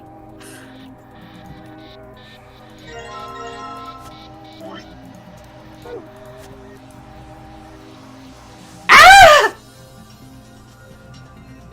Hey, Egg, guess what? What? We already solved it. Is it still an age? Oh, okay. No, we solved this on our own. We shortcutted this.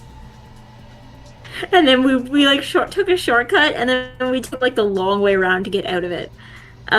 Okay, so I think the next one is with the tangram puzzle. Mm-hmm. So you need to make a parallelogram, and this is going to take some teamwork because I don't know how good I am at describing things to you. Oh boy. So, okay. So what you're going to do... Yup. You can rotate the things, right?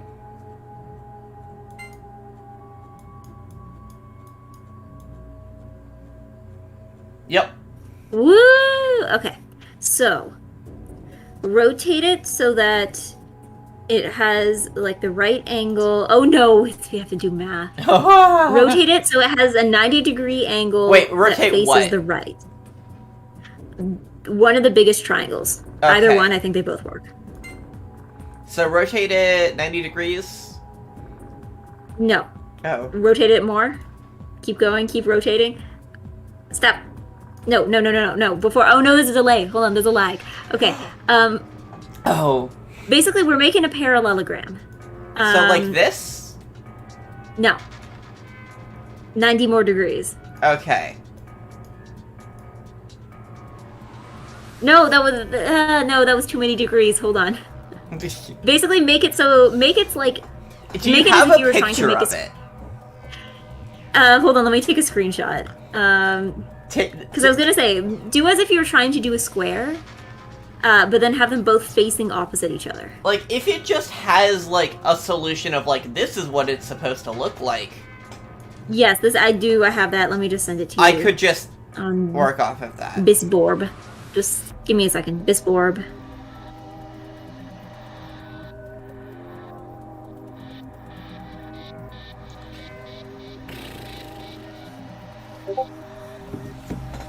There we go.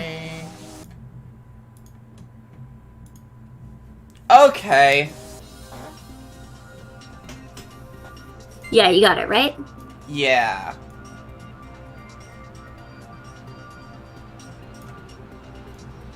Was I bad at explaining triangles? Yes. But it's not your fault. Don't feel bad. Triangles are hard to explain. How precise do I have to be? Not excessively. I think it just has to make the general form. Uh-huh.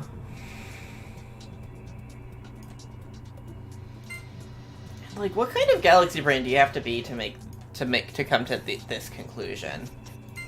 I don't know. There's a limited amount of shapes, I think, that you can make with this. So I feel like if you keep playing around with it, you're eventually going to come up with the answer.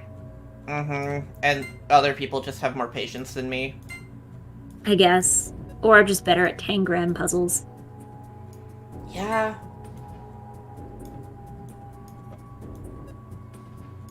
I'm awful at rotating these.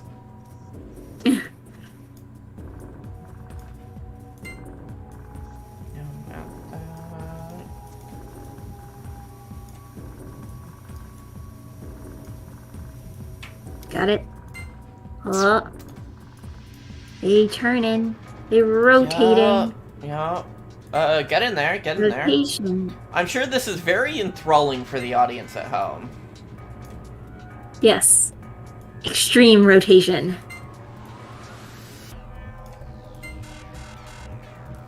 Oh? Ah! I accidentally right-clicked. Ah!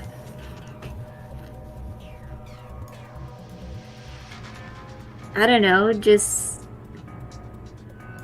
try harder. Just be better at parallelograms.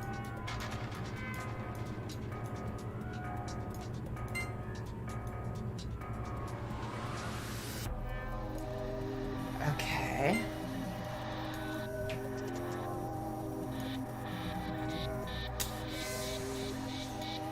I'm gonna just move everything to the side. Don't skip your parallelogram classes. Okay, so...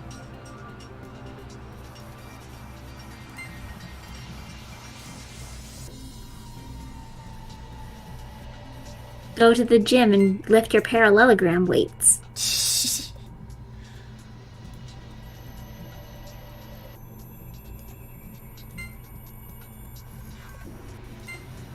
Engage in parallelogram debate. Join your school's model parallelogram.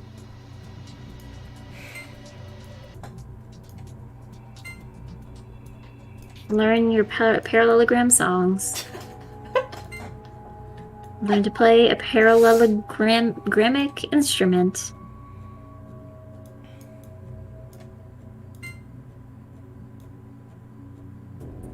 And maybe in some parallel reality, you may have joined a parallelogram religion. I think we still have time to make that a thing. I don't know, just like... I mean, I guess if you send... Oh, actually, hold on. If you send, like, a note or, like, a casual message to a different dimension, like, to a parallel dimension, would that be a parallelogram? You're sending them a parallelogram?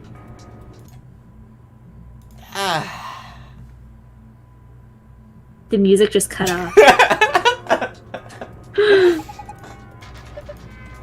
Just, like, clicking out of the game at the same time you say something awful. I'm like, yeah, I'm like, was that an accident or a reaction? IILP.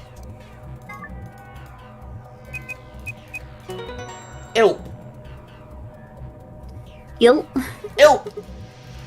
Ew. Ew. Ew. Ew. Ew. Ew. Ew is a fun word. Ew. Ew. Ew. Ew. Ew. Ew. Ew. Ew. Ew. Ew. Ew. Ew. Okay, so... Yay, password time.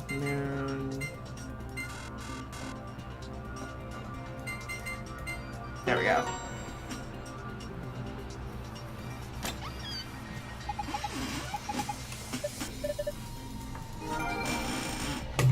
And then... I wish that like, there was an easier thing than, like, clicking away from it and then clicking back. Because that's kind of awkward. Yeah. I feel like they kind of just assume you never got the second save password. Mm-hmm. Like, they just assume a degree of failure. Fuck. I can't read the fucking letters I write down.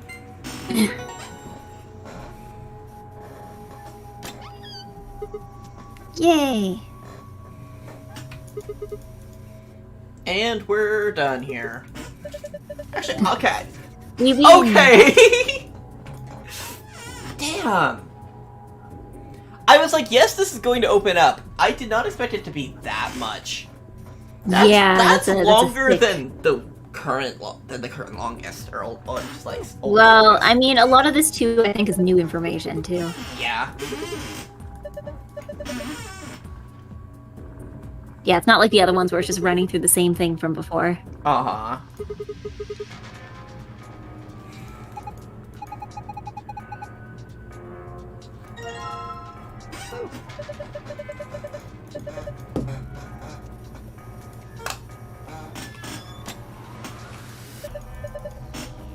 Right.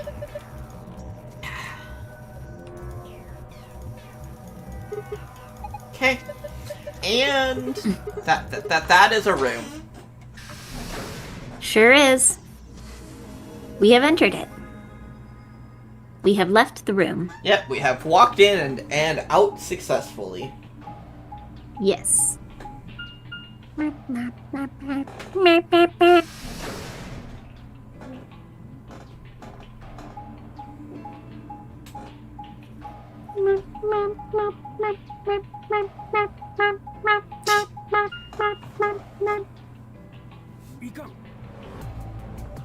And now we put it on auto again, and can ignore the game. Yeah. You seen any good movies Yes. lately? I have not seen any movies lately. I have not watched much of anything, aside from finishing Tokyo Revengers. Rip. We I just don't have time. I have to... We talked about seasonals last week, right? Yeah. And it's not like there's been any new seasonals. Like, we're still in the same season. No, the season's ending. The season just ended, really. Yeah. But, like, it's not like they're announcing any new shows at the last second. Yeah. So it's just sort of like... The new season doesn't seem any better. Mm-hmm. Yeah, I don't know. I'm busy. Yeah. And I don't know, because like the thing is like all the time I do end up spending too just mostly ends up being on video games. Uh-huh. Because I can either play them on stream or I can bring my Nintendo Switch on the bus and play them there. So I'm like,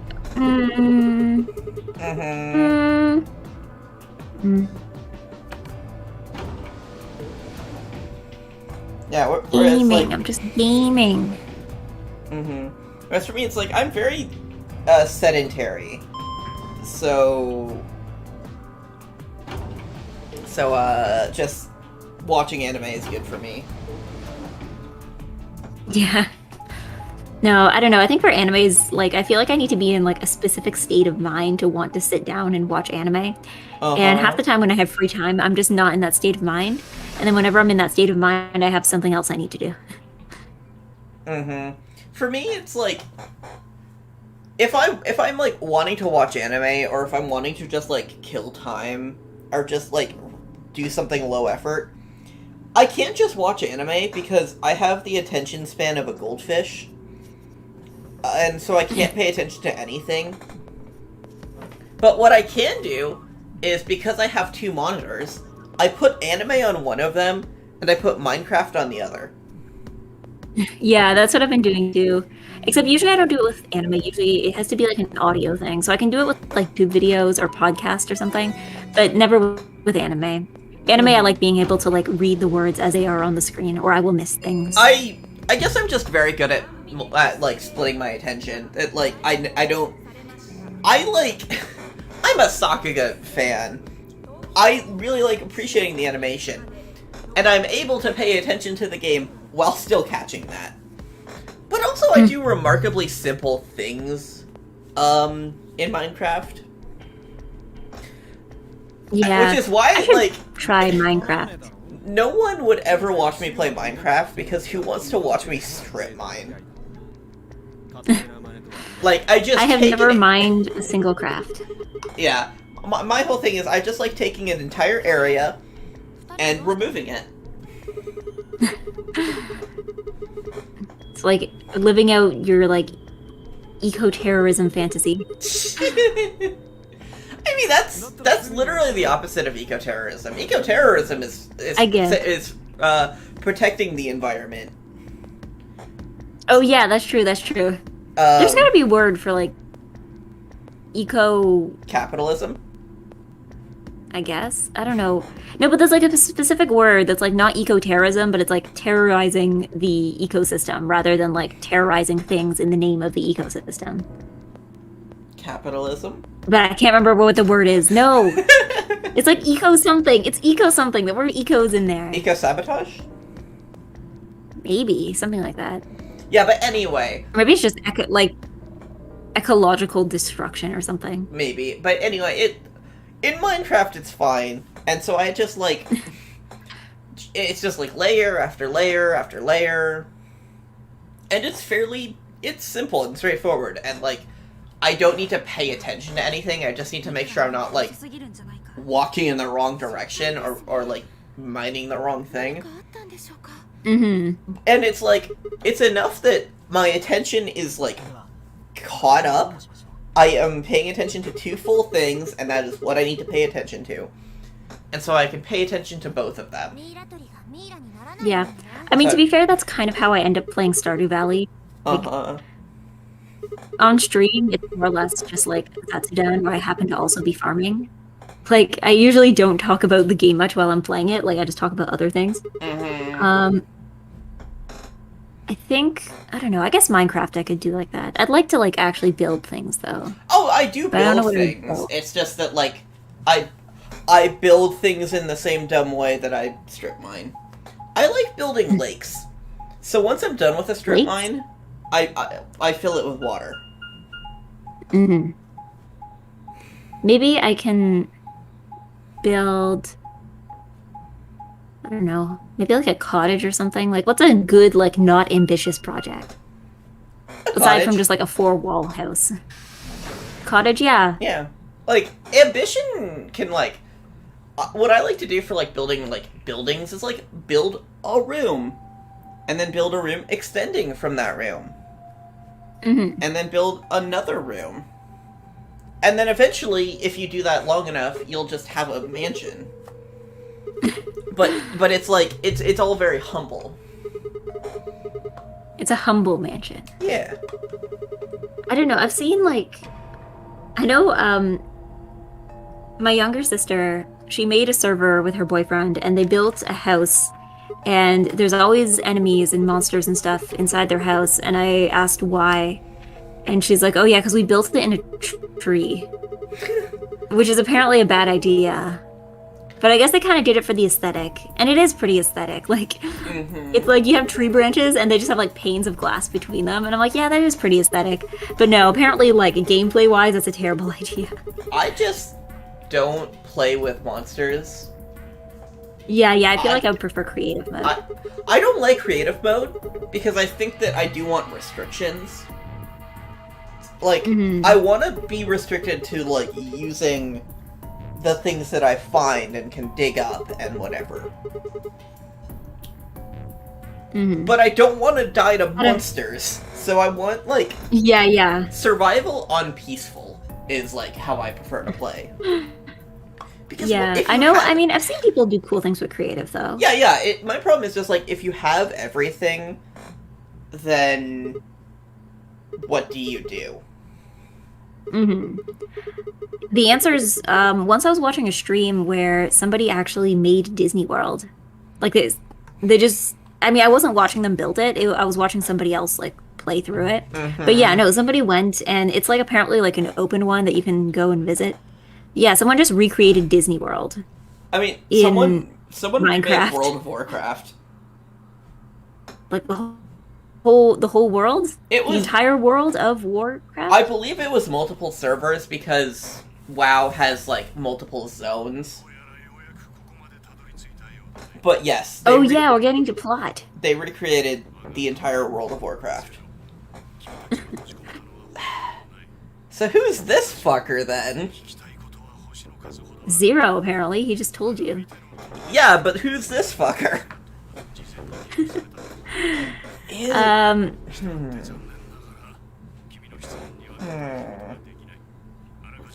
It's Windmill something I Slam. can't answer. Windmill Slam, Quark from the future. That would be funny. I can say no, but that would be funny. Yep, well, that's my one Quark guess. is one of those. Yeah, Quark is one of those characters that exist almost entirely just for like emotional value. Well, he does a Like- piss poor job of it. I feel nothing for him. I mean, emotional. I mean, you might not, but like the characters do. Like he doesn't serve much from a plot point. fuck. He doesn't do much. He just kind of exists, and then people are like, Oh no, he's gonna die. yeah, he's like he's like a thing that he's like the child equivalent of like female characters that exists only for the male character's development. Is it You know, woke? like he exists entirely Is to it- like Is it, do exposition for Tenmyoji. is it woke if that character is a boy? I don't know. He's not the best written child I've ever seen. That's my point. Yeah, Clover in the first game was so much better. Mhm. I still cannot, after like 6 months, get over the fact that Clover is supposed to be an adult. I mean, if you're okay, here's the thing. Assuming she'd be in high school, like you can be 18 and still be in high school. You just be in your final year. Yeah. And, like I know we all like to think that like at 18 you're like a full-grown adult, but like then you go and look at actual 18-year-old and you're like, no, these are still children. 18-year-olds are still infants. You are baby. Yeah. I am assigning you being baby. But it's still just like... She looked like she was 14. I mean, I guess it might also be like the hairstyle and the outfit and stuff. Yeah, no, it was like It's- how... Because she looks older in this, even if she's... She looks 18 in this. Which is, I mean, I guess. she's still a baby, but, like... yeah. I don't know. I think it's just the hairstyle and like makeup and stuff. Because she's very much going for like a Yaru kind of thing, Yeah. which like the fact like it's gonna make her look younger probably just by virtue of having like giant pigtails. Repeating the idea that someone being 18 means they're an infant got someone in my system mad at me, which is why I cut myself off like that, because it's hard to argue internally while having a conversation with someone else. No, I think the thing for me Hashtag just is plural things. like for ages, like I remember being like 14 and looking at the older kids in my school and being like, whoa, they're so tall, they're so big, they're like adults. And like despite the fact that I am roughly the same height I was in high school, like It's all about how you carry yourself, I guess. oh yeah. Anyway, Because I know for the longest time I did get mistaken for younger than I was. Like, it wasn't until, like, maybe a year or two ago that people were like, oh yeah, she's definitely in her 20s. Which, I mean, to be fair, like, I haven't been in my 20s for that long, but, like, more like, oh yeah, she's an adult. Like, I feel like for the longest time, people kind of just assumed I was, like, 15 for, like, 5 years straight. Anyway, I just had a thought. And that thought is Okay. that I'm surprised that in almost 2 full games of this series, there hasn't been a plural character. It hasn't even come up. Does Danganronpa have one? Plural characters? Yes? Yeah. Oh, right. There's like 5 of them! I swear I have played Danganronpa before. Each game... Plot twist, I have... Each Yes, game has plot its own twist, plural I have never character. played Danganronpa. I'm just making everything up as I go. Yeah, no, like, plurality is very much a Danganronpa trope. But it's like, I would expect Zero Escape to be more likely to bring up plurality. Oh, write that down. Now I'm scared. Right, do I have to write the thing that he just said down? Ah. Yeah, I think so. You saying, like... I mean, you could always... You can always go back and, like, Google it later, but... You said write that down right after I said I would expect this series to have a plural character. No. I can confirm unless the third game is about to throw some curveballs, I don't think there is.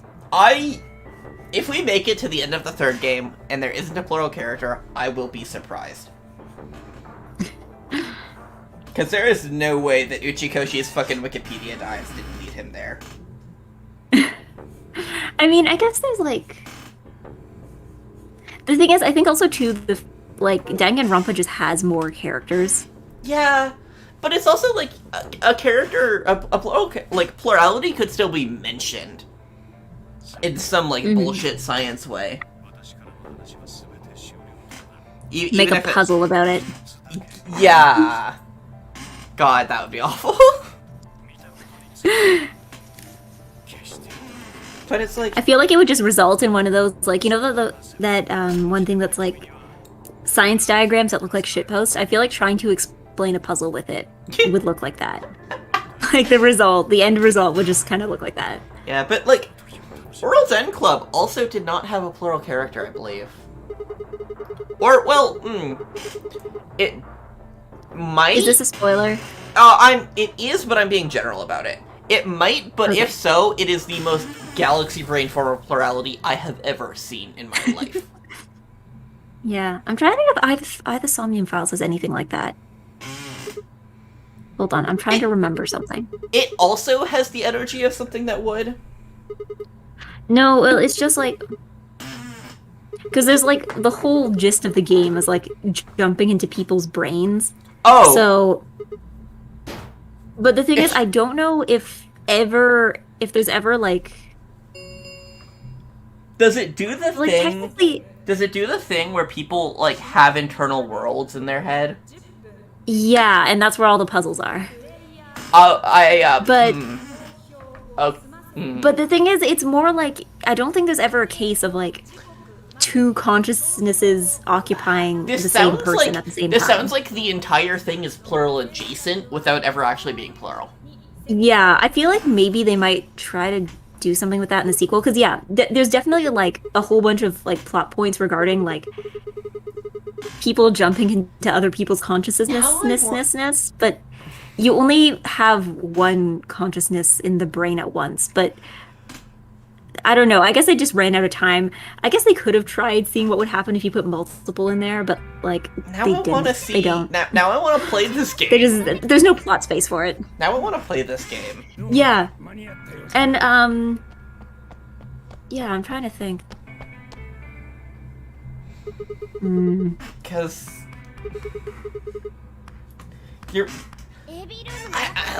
But yeah, it's very much like, yeah, you jump into people's brains and that's where all the puzzles are. And then, like, you solve mysteries by, like, solving the puzzles inside people's brains. They're not quite zero escape puzzles. Like, you don't get as many logic, like, ones that are just like, do this math problem and that's how you'll get out. Like, there's a bit more, like, usually they're, like, plot relevant things, like, you're now solve this or stop this from happening. It's kind of more like an adventure game format. Like, you run around. Well, okay. No, never mind. I was going to say something, but I'm like, no, Aiba is definitely her own thing. Because Aiba technically lives in Date's brain, but okay. She's definitely her own thing because she can jump out of his brain. I'd say that count, like, without knowing more about it. Well, I'd say no, that but the thing count. is, she's an AI though. She's an AI. Yeah, well, it's like you have instances of, like, did you ever watch Yu-Gi-Oh as a kid? No. Are you familiar with it? I know all the memes. Did you? I don't know anything else. Are you familiar with Hikaru no Go? I know that my library had it as a kid and I never borrowed it.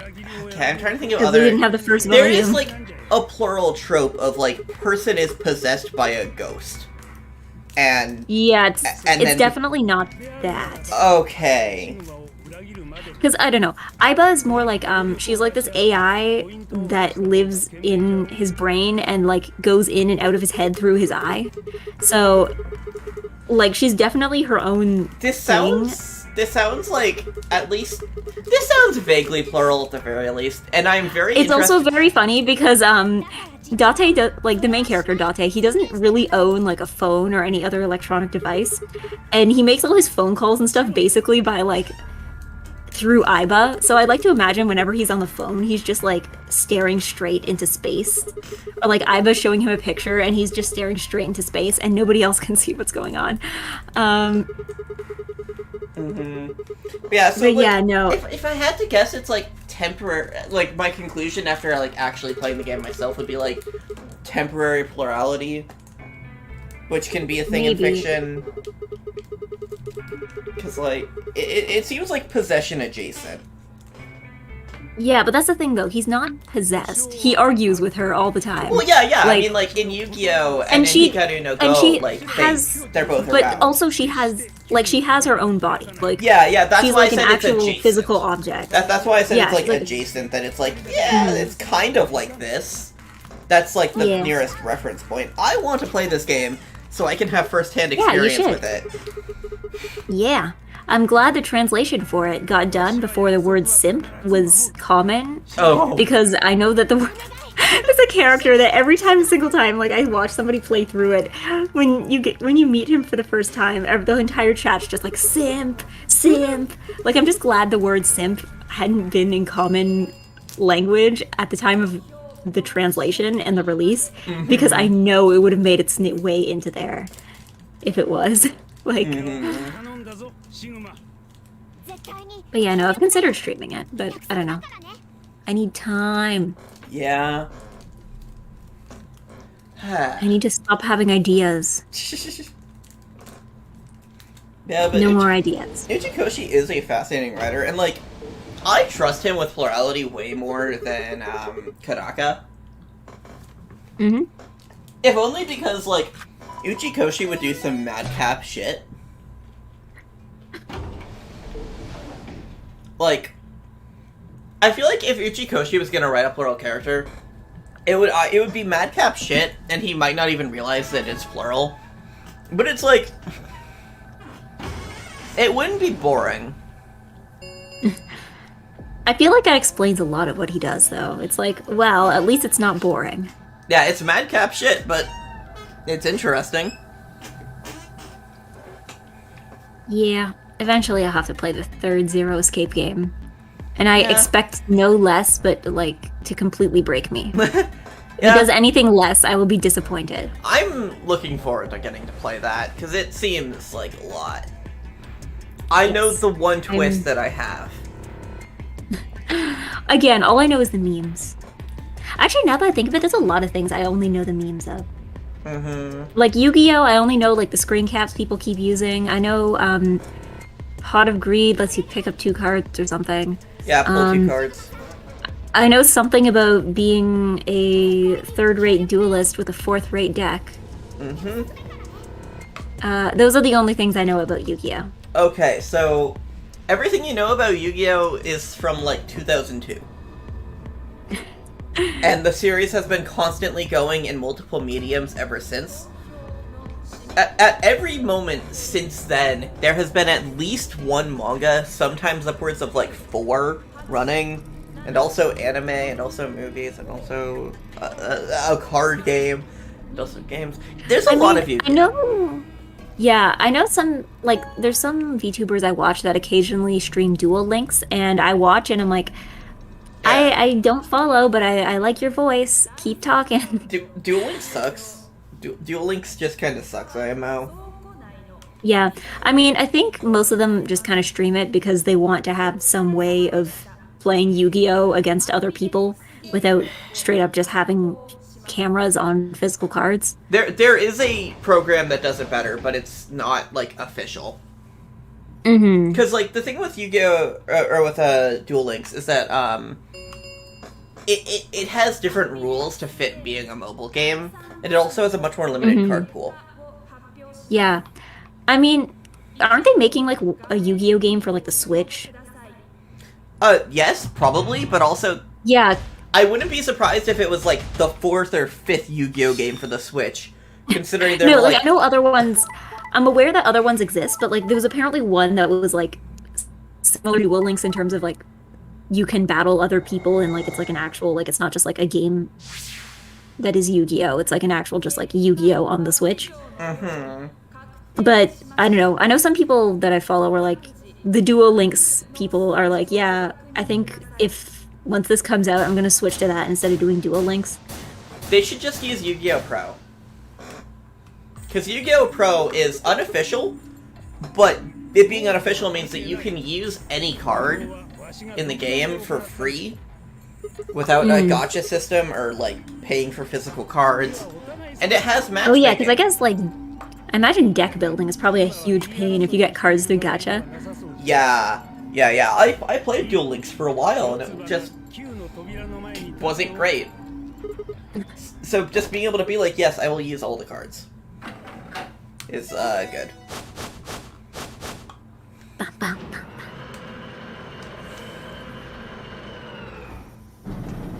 But unfortunately, I they're love just how like, they. I don't think there's a single, like, card game that has a good digital variant. I mean, I know it exists to the point that I know of people who stream card games by just like having a camera pointed at their table and just putting down the cards, and that's how they play against each other. Yup. Like, that is Like- just kind of one of the best ways to do it. But like, how do you fail at making a card game digital? Like, if you can make all the cards but digital, like. Okay, so do you want me to run... Can you not do the same rules? Do you want me to run through the problems with the various, digital versions of card games that I've played? In the least technical way you can, yes. Okay, so the problem with Duel Links is that it changes the rules in ways that make the game a lot simpler while also restricting the card pool. Not only in that there's a gacha, but also in that they have significantly limited what cards from the physical game have made it into Duel Links. Okay. And I don't like it for that. Vanguard Zero has the same problem.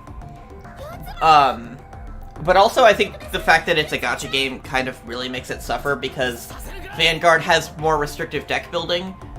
And Yu-Gi-Oh! You can just put any cards into your deck, but Vanguard you need to be able to put specific cards into your deck. And so the fact that the gacha system makes it pretty cruel to, like, get cards really makes it suffer. The problem with the digital Force of Will version is it hasn't been updated since 2017. The problem with the digital Weiss Schwartz version is that it doesn't exist. There was going to be one, and then it didn't. Isn't there a Magic the Gathering digital version? Oh, yeah, no, I was saving that for last. So the problem with Magic Arena is microtransactions kind of suck, because it's like, there's a lot of microtransactions, and it's clear that the microtransactions make them money because they take up a lot of, like, the priority for the devs. Mm-hmm. So it's like, the game doesn't have a spectator mode. Yeah. Which is like, the company that owns this game and runs tournaments through it can't properly run tournaments because it doesn't have a spectator mode. Let alone fan tournaments. Yeah. So how do you like do it? You just have to like stream it from your computer or something, right? Yeah. So like, well, it's more like each person streams their own footage to that is incredibly unwieldy. Mm-hmm. And so it's like microtransactions like cosmetics take up priority over that. Yeah, I'm trying to think if I know of other digital card games. Isn't there like a League of Legend card game? I know some people who play that. Runeterra, I haven't played it yet. And that's digital exclusive games are their own beast. But yeah. I'm not done with the problems with just... Arena. Arena is bad. It also, so the way that you get cards is that you open packs. It's basically, it's effectively a gacha system. I mean, essentially, don't you open packs in real life? Like, isn't that also how you get cards? But in real life, I can go to my local game store and buy single cards. I can be like, hey, I need this single card for my deck. Do you have it? And they're like, sure. Give me $5. And then I have the card. Or I can buy it online, too. And then it's like, sure. But on Arena, the problem is that, it doesn't have that. You can get single cards, but it's through a wild card system. And you need to have... You get wild cards at a very low rate. So, a deck might need, like, 20 rares. And you have 3 rare wild cards. And you get rare wild cards from packs. So I guess you need to go open a bunch of packs. And it's very bad. Yeah, I see. Like, it feels like the simpler option would just be, like, let people... I feel like you would make more from microtransactions from doing that, too. Like, let people buy cards. Yeah, you can even price them higher or something. The problem just to make is up that, for, like, the lost cost of not the buying problem is gacha. that at that point, you're making the game, like, blatantly, like, pay to win. Because in Paper Magic... In Paper Magic, cards have prices, but those prices are determined by the community. A new set comes out, and people are like, this card is very strong, so I don't want to sell it for cheap. Okay, so, like, if you buy them straight from the store, like the card store, they're all the same price, right? Like they will be different prices. So it's like, if I want to buy just this terrible card because it looks like it could be really fun to play in a bad deck, I can go and spend like 20 cents to buy it. But if I want to play this, like, buy this card that has been showing up in every tournament lately, it's gonna be more expensive. But the problem is, if you're a company who is selling singles of cards that you make, suddenly, so that really good card either has to be sold at the same price as the really terrible card, in which case, like, in which case you're either devaluing it or you are overvaluing the bad card. And it's also like, if you have them priced based on power level, that's blatantly a cash grab. Yeah. The only way I could see maybe fixing that would be if you had, like... But then I guess, no, never mind, that wouldn't work. I was thinking, like, maybe if you buy a physical card, you would get, like, a code that lets you, like, unlock it in Arena, but then, no, that wouldn't make sense, because then the code would only be usable once. So, like, reselling the card wouldn't give it to you in Arena. Some packs do come with codes that are like, you can put this in to get a free pack. And the Pokemon TCG also does that a lot. Yeah, I guess because, that's what would make most sense to me, but, like, I guess it's understandable if not all Arena players would want to have large amounts of physical cards around their house if they don't play it IRL. Yeah, and it's also kind of like, you're buying a pack of random cards to get a code for a pack of random cards. Yeah. Yeah, it doesn't apply to everything. So it's like it doesn't really even out as something that's, like, efficient for you. And, like, Arena is still, like, there is another online Magic client called Magic Online, or MTGO, or MitGo, or Modo. MitGo. And the problem with MitGo is that it's a program that was made in 2003, and it looks like it. Oh. And I can imagine it now. It runs like it, too. It is just very buggy. Do they update it?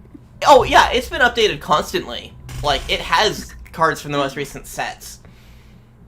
And they have done, like, major overworks to, like, fix it and, like, update the UI and stuff. But the problem is it's working off this baseline that just, like, cannot look good. You can't code yourself out of the year 2003. Yeah, and it's, like, it's a very practical UI that it has. It has everything that you need. But the problem is that practical UI... Magic is a very complicated game, so a practical UI is going to be very complicated. So, like, MitGo, if you know Magic, MitGo is very good. Because it's very technical, it does everything right. The card economy is slightly better because there is like interplayer trading. Mm-hmm. So it does have an economy similar to Paper Magic. Yeah, I imagine it's probably just one of those things where it's like it technically does everything right, it just looks ugly. Yeah, it is an objectively better version to play Magic than Arena in every way except that it runs like shit and looks like shit. Yeah. Ah, hi Kudo. Yeah, finally able to catch a stream. A crumb of stream. Yeah, we're actually kind of towards the end. We hit a game over. It's not the last game over, but like we it's a can game start. over. We still have like another half hour we can do. That's true. We can keep going. Just pick the other direction, yeah. But yeah, so Arena kind of just sucks to play Magic on. But because there's a pandemic, it's about the best way to play Magic right now. Because Moto also sucks. And I think I would rather play on Arena than Moto. Mm-hmm. Just because it's... I imagine too, if you're doing like a stream or something of it, I feel like having something that looks pretty is just kind of an inherent advantage as well. Yeah, I think that like that. I think in a lot of ways, Arena was trying to be Hearthstone. It like when it was made, it looked very flashy and pretty, and like had all these animations and all these sound effects and all this stuff. And it was like, I mean, I guess it looks more like an actual video game, I guess. Yeah, it looks less as opposed to like, just putting PNGs down on a table. Yeah, yeah, it looks a lot less like productivity software.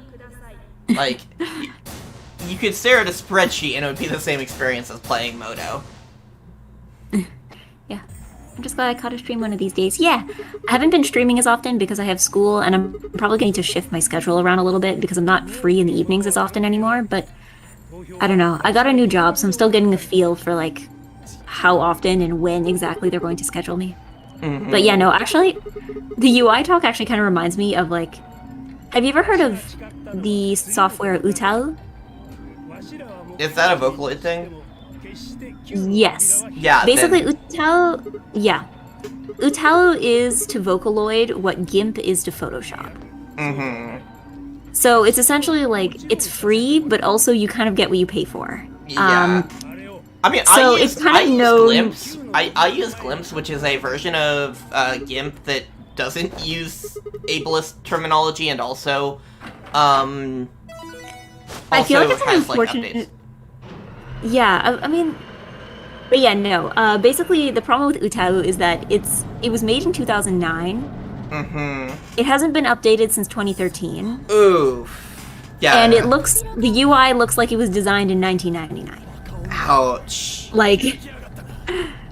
Yeah, like this looks like it was made to run on like an elderly like IBM computer. Like maybe not that old, but like it doesn't look recent. And I know people have made like plugins and stuff. It doesn't really need updates at this point because people have done all sorts of like mods and plugins and stuff. So you can kind of fix that, but the UI will eternally look the same. And that's one of those things that's like, yes, this is free, but the Utau community is just always going to be smaller because it's so much less user-friendly than... Like, for the longest time, it was the only free... Like, it was the only free vocal synth option. Yeah. But it was also so difficult to figure out how to use that a lot of people would just give up before being able to actually make anything with it. So... Yeah, I mean, now there's more options that are both either cheaper or free. But... yeah, for the longest time that was like,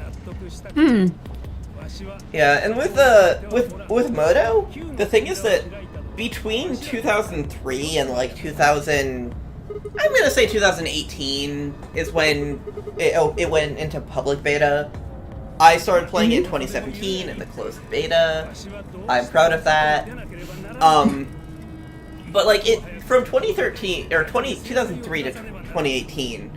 It was all you had if you wanted to play online Magic.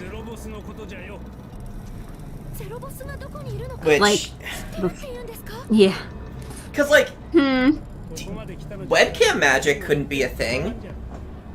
Can you imagine streaming video in 2003?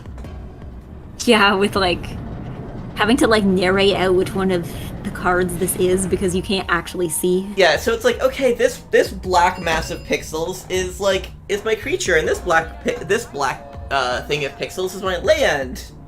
And you gotta narrate it like it's like you gotta narrate it out like you're like a Yu-Gi-Oh villain or something. Mm-hmm. Like, isn't that what they do? And they just like narrate. They're like, oh yes, I put down this, and then I put down this.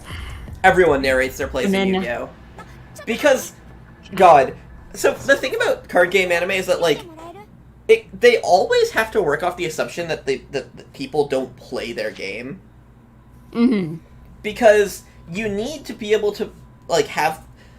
Because at its heart, card games are just a means of fighting for the characters. So it's like,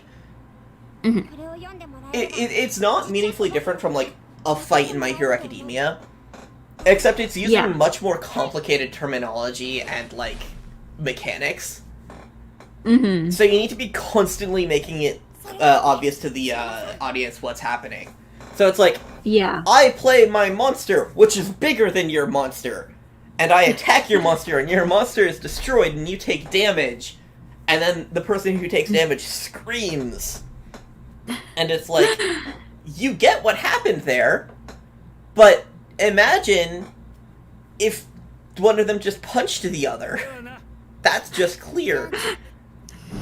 I remember once, it's like with Pokemon, like, it's like that too. I remember once, my friend was playing, I can't remember which Pokemon one it was, but I think it was one of the DS titles. And there was like a part where you had to into this like secret facility that has security guards.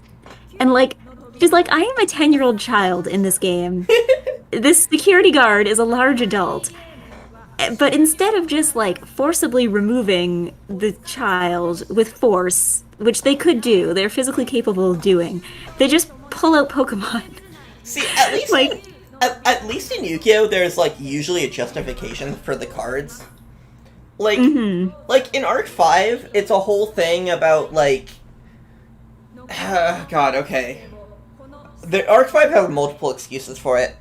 So for a lot of it, like it treats cards as like a form of entertainment, which is to say that like as these people are dueling, they're also doing a performance. It's like a stage play. And the ostensible purpose is to perform for the audience. And also there's a story happening. And that's like fairly lighthearted stuff. And then later on it gets more serious. And then you get to the point where the police have Yu-Gi-Oh decks. And those Yu-Gi-Oh decks are built around restraining the other player. Because the cards, like, there's like super CGI. And so it's like, I play my cop monster, and it tries to fucking handcuff you. Okay, but can you imagine just, like, going through police training in the Yu-Gi-Oh universe, but instead of being handed any weapons just on your first day, they're like, okay, it's time that we teach you to use this, and they just hand you a deck? Yep, it's like, here, this is standard issue. And then you look at it, and it's just, like, terrible. The police decks are awful, because they're all just, like, chuds to get blown away. I'm trying to think, like, would you have, like, top secret military Yu-Gi-Oh? Like... Oh, definitely. But also the funny thing is that, like, later on in Arc 5, the reasons for like, the card game get so much dumber. Like, there's a tournament arc, and that's fine. But then you get stuff about, like, card games are the secret of the universe, and, like, cards themselves hold power to the universe. And people are being combined into cards and becoming this one super powerful card. And I sound like I'm insane. Well, I don't know. I think too. I mean, I guess I'm trying to compare it with like something like Pokemon, because Pokemon just kind of treats the Pokemon as like animals, but maybe a little smarter. And can follow commands better than animals. Yeah, whereas Yu-Gi-Oh, it's like cards are cards. Yeah. Cards are cards, except when cards have magic powers, And also sometimes cards are ancient monsters sealed away into cardboard. And also sometimes there's a parallel reality where all of the cards are living creatures. And I sound like I'm going insane again. I don't know, because I'm trying to think, like, just, like, history in the Yu-Gi-Oh! Universe. Like, what does the diplomacy look like? I mean, for the most part, all of the Magic stuff is either, like, secret or recent. Like, Oh, so it's like technology. Yeah, well, it's like advanced technology stuff is, like, also recent. It's like, recently we invented this system that lets people, like, do stage performances with Yu-Gi-Oh! But, in, like... Just going... Sorry, now I'm imagining, because now you've mentioned, like, cards can be used as, like, weapons, right, to attack people. Yep. But then if you also have, like, stage cards, would you, like, go to a convention, like, go to, like, an anime convention in the Yu-Gi-Oh! Universe, and then you have to go through, like, the weapons check, and they just have to, like, weapons check your cards? Mm-hmm. Yeah, you just can't play certain decks. Like, you can't play the gun archetype. You can't play when they the, say like... a card... You can't play the burn your opponent alive deck. Yeah, when they say certain cards are illegal, like, that's literal. Like, that's, like, the law, that's the government. And, God... Magic cards used to be everywhere, even in animes that don't feature dueling, like, Cardcaptor Sakura. Yeah, that's true, that's true. God, I would play a card game based around Cardcaptor Sakura. Surely somebody has come up with that concept. Like, even if it didn't come to fruition, surely somebody, like... Because, like, you can buy decks of the Clo cards. They're just, they're not really good for anything. Like, they're just kind of props, or, like, I guess you can hang them up on the wall or put them in a picture frame or something. But, like, trying to base a game around that, I think, would be interesting. Mm-hmm. Yeah, I think, like, Magic started in 93, and then, like, I think, like, Pokemon and Yu-Gi-Oh! Both took influence from it, towards the end of the decade. And I think that's where things sort of exploded. Because from those two, you also get, like, Cardfight Vanguard and Weiss Schwartz, and the card games from Wixos, and Digimon, and Cat Judo / Duel Masters, and you get all of this stuff. Does Bakugan count? No. Is Bakugan a card game? I don't think so. There was cards, though. I remember, because that's how you get the balls to pop open. I think it's halfway there. It's, like, halfway there. But yeah, because Beyblade obviously isn't a card game. Like, that doesn't count. Yeah, that's just its own thing. But yeah, it's like cards were definitely a thing for a while. But now, God. Yeah, Bakugan has cards. Yeah. So in Yu-Gi-Oh! 5Ds, like, cards are also so the cards are representative of these dragons that are, like, super powerful, and also like these ancient gods based on the Nazca lines. And when these gods are summoned, people die. Entire cities are wiped out as sacrifice to summon these things. So is there any rules against summoning them or something? No, in the way that, like, if you invented a magic spell to kill everyone in a city, there aren't rules about that in our world. Because who would think to make a rule against it? But it's sort of like, it's a difficult thing to do, and the villains spend, like, 50 episodes trying to do it. And then, you know, once they're defeated, everyone becomes unsacrificed. You wouldn't think they would have to write rules against, like, Yu-Gi-Oh! War crimes, but, like, I don't know. They're called crimes for a reason. Yeah, like, Yu-Gi-Oh! War crimes is definitely a theme of Arc 5. Because the idea for Arc 5 is that there are 5 dimensions that are based on various types of Yu-Gi-Oh! Cards. You have the Fusion Dimension, you have the Synchro Dimension, you have the Xyz Dimension, you have the Pendulum Dimension, and I think there's standard, maybe also? Yeah, that's it. And so it's like, people from the fusion dimension are going to the other dimensions to conquer them. Oh. So it's Yu-Gi-Oh! War Crimes. Yu-Gi-Oh! Interdimensional war crimes. And also, they're the ones with the burn people alive decks. And when they beat people, they turn them into cards and steal them, and take them back to their home dimension. And I sound like I'm going insane again. Once again, we need some Yu-Gi-Oh! Diplomacy to balance this out. Yeah, I mean, like, that's definitely a case where they weren't supposed to be doing it, but they did it anyway.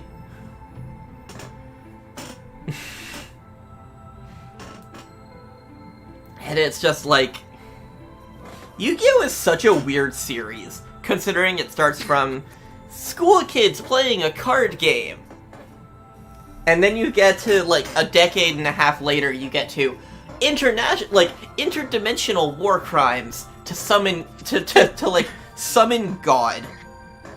Like, it's fine, they ran out of places to go. Yeah, and then I didn't watch a lot of Vrains, but, like, Vrains did the smart thing of being like, everything is in a computer now. Problem solved. Like, it's all virtual world now. There is like, stuff about, like... Is there a Yu-Gi-Oh? Oh. Is there a Yu-Gi-Oh! Isekai? Several, yes. Well, there are Yu-Gi-Oh! Isekais in that there are Yu-Gi-Oh! Parallel worlds. People don't usually get isekai'd. For example, I was gonna say, it's not like you get, like, hit by a truck and then wake up and have to fight with Yu-Gi-Oh! Cards. Yeah. So, for example, I mean, like, Arc 5 has its, like, 5 different dimensions. And,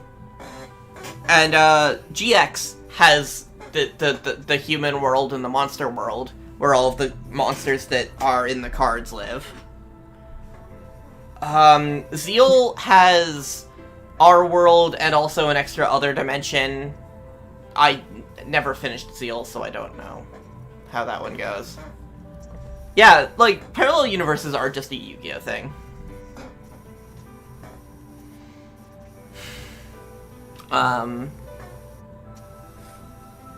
And, yeah.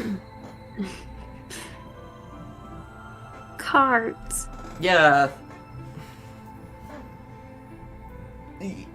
Yu-Gi-Oh! Is such an unhinged series, and, like, apparently a lot of the manga are even weirder, but I haven't read them.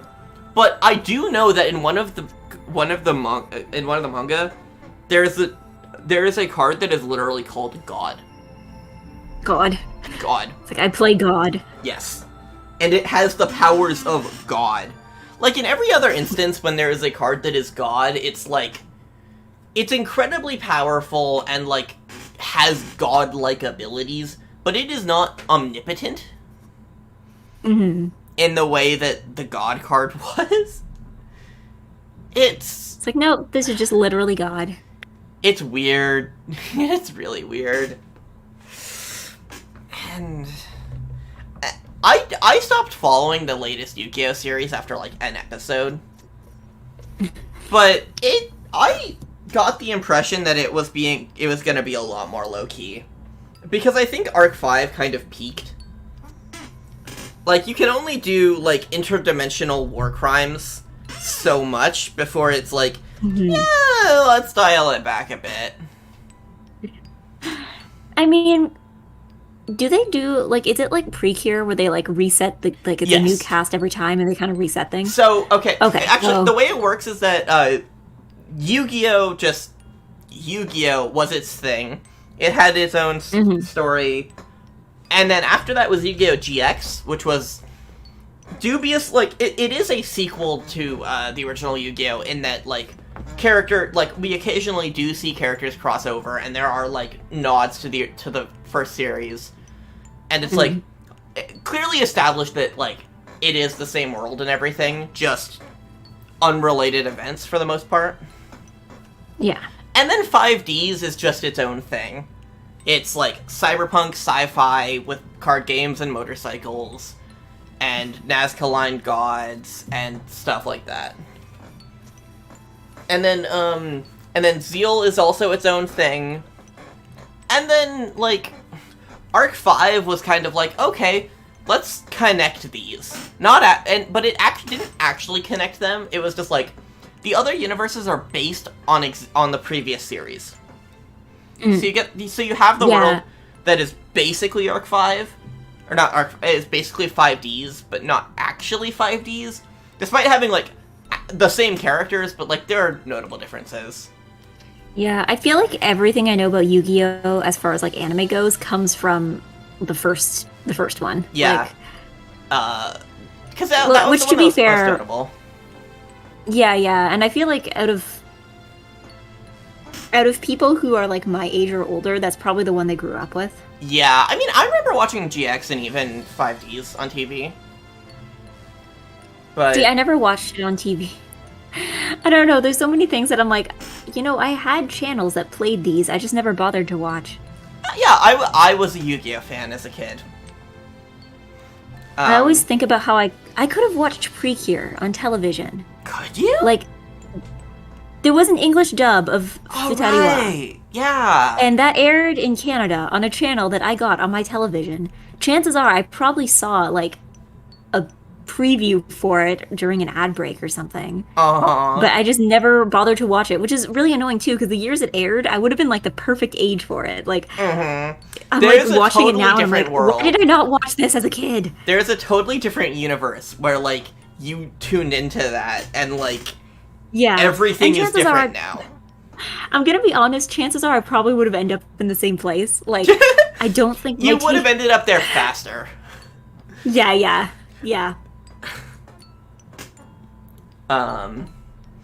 but, like, for me, it's just sort of like, I don't know. I watched Yu-Gi-Oh! As a kid. I was more into the Yu-Gi-Oh! Manga, if I'm being honest. Because, like, everyone knows Yu-Gi-Oh! For the card games, but for the first, like, 7 or 8 volumes of the manga, card games came up once. And the gimmick was actually, what if these characters do a different game each week? So it's like, this week, they're playing a card game. The next week, they're on a game show. The next week, they're playing Dungeons and Dragons. The next week, they have Battle Tamagotchis. Isn't it Battle Tamagotchis? That's Digimon. That's just Digimon. No, it was like the little egg things that had the things living inside them, but also you could make them fight. No, but, like, I know Digimon had its own, like, virtual pet toys, like, similar to Tamagotchis, except instead of, like, having them come over to have a play date, they just fight each other. Mm-hmm. I I think guess they were that called, might like, have been Digivices or but something. This probably predated that. Yeah. But anyway, it's like, it did that for a while, and it was really cool. But it was, like, pretty obvious after a point that, like, the card game was popular among audiences. And so it was like, yeah, let's just turn the card game into the main focus. Yeah. And I like Yu-Gi-Oh! I like the card game. I like the things that they did with the card game in subsequent series. Like, Arc 5 is terrible and also batshit crazy, and I kind of appreciate it for being, like, for existing, because it can only exist in this, like, hyper-specific universe where everything is built around Yu-Gi-Oh!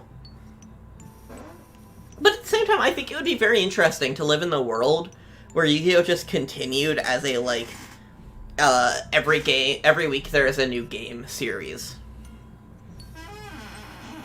Yeah. Because it's like, because you still have a lot of the building blocks there. It's just different in that, like, sometimes they're playing Russian roulette. Sometimes they're using this, like, action figure battle system.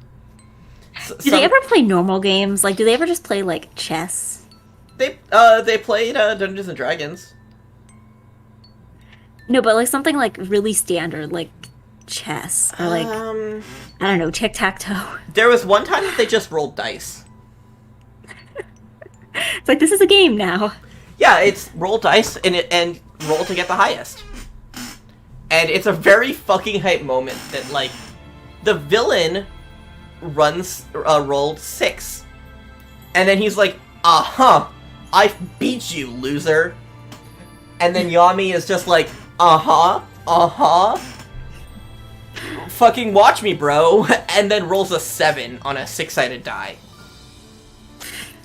Because he just rolls it hard enough that it splits in 2.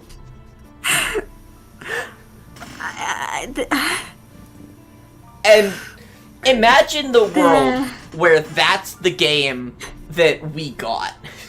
Or the series that we got. Cause, like... Just, like, rolling your dice so hard that you just invent a new side. Just gotta, I don't know, imagine doing that with, like, a D20. Uh-huh. Like, I have rolled a 38. And I'm trying to think of, like, what else did they do in those early chapters?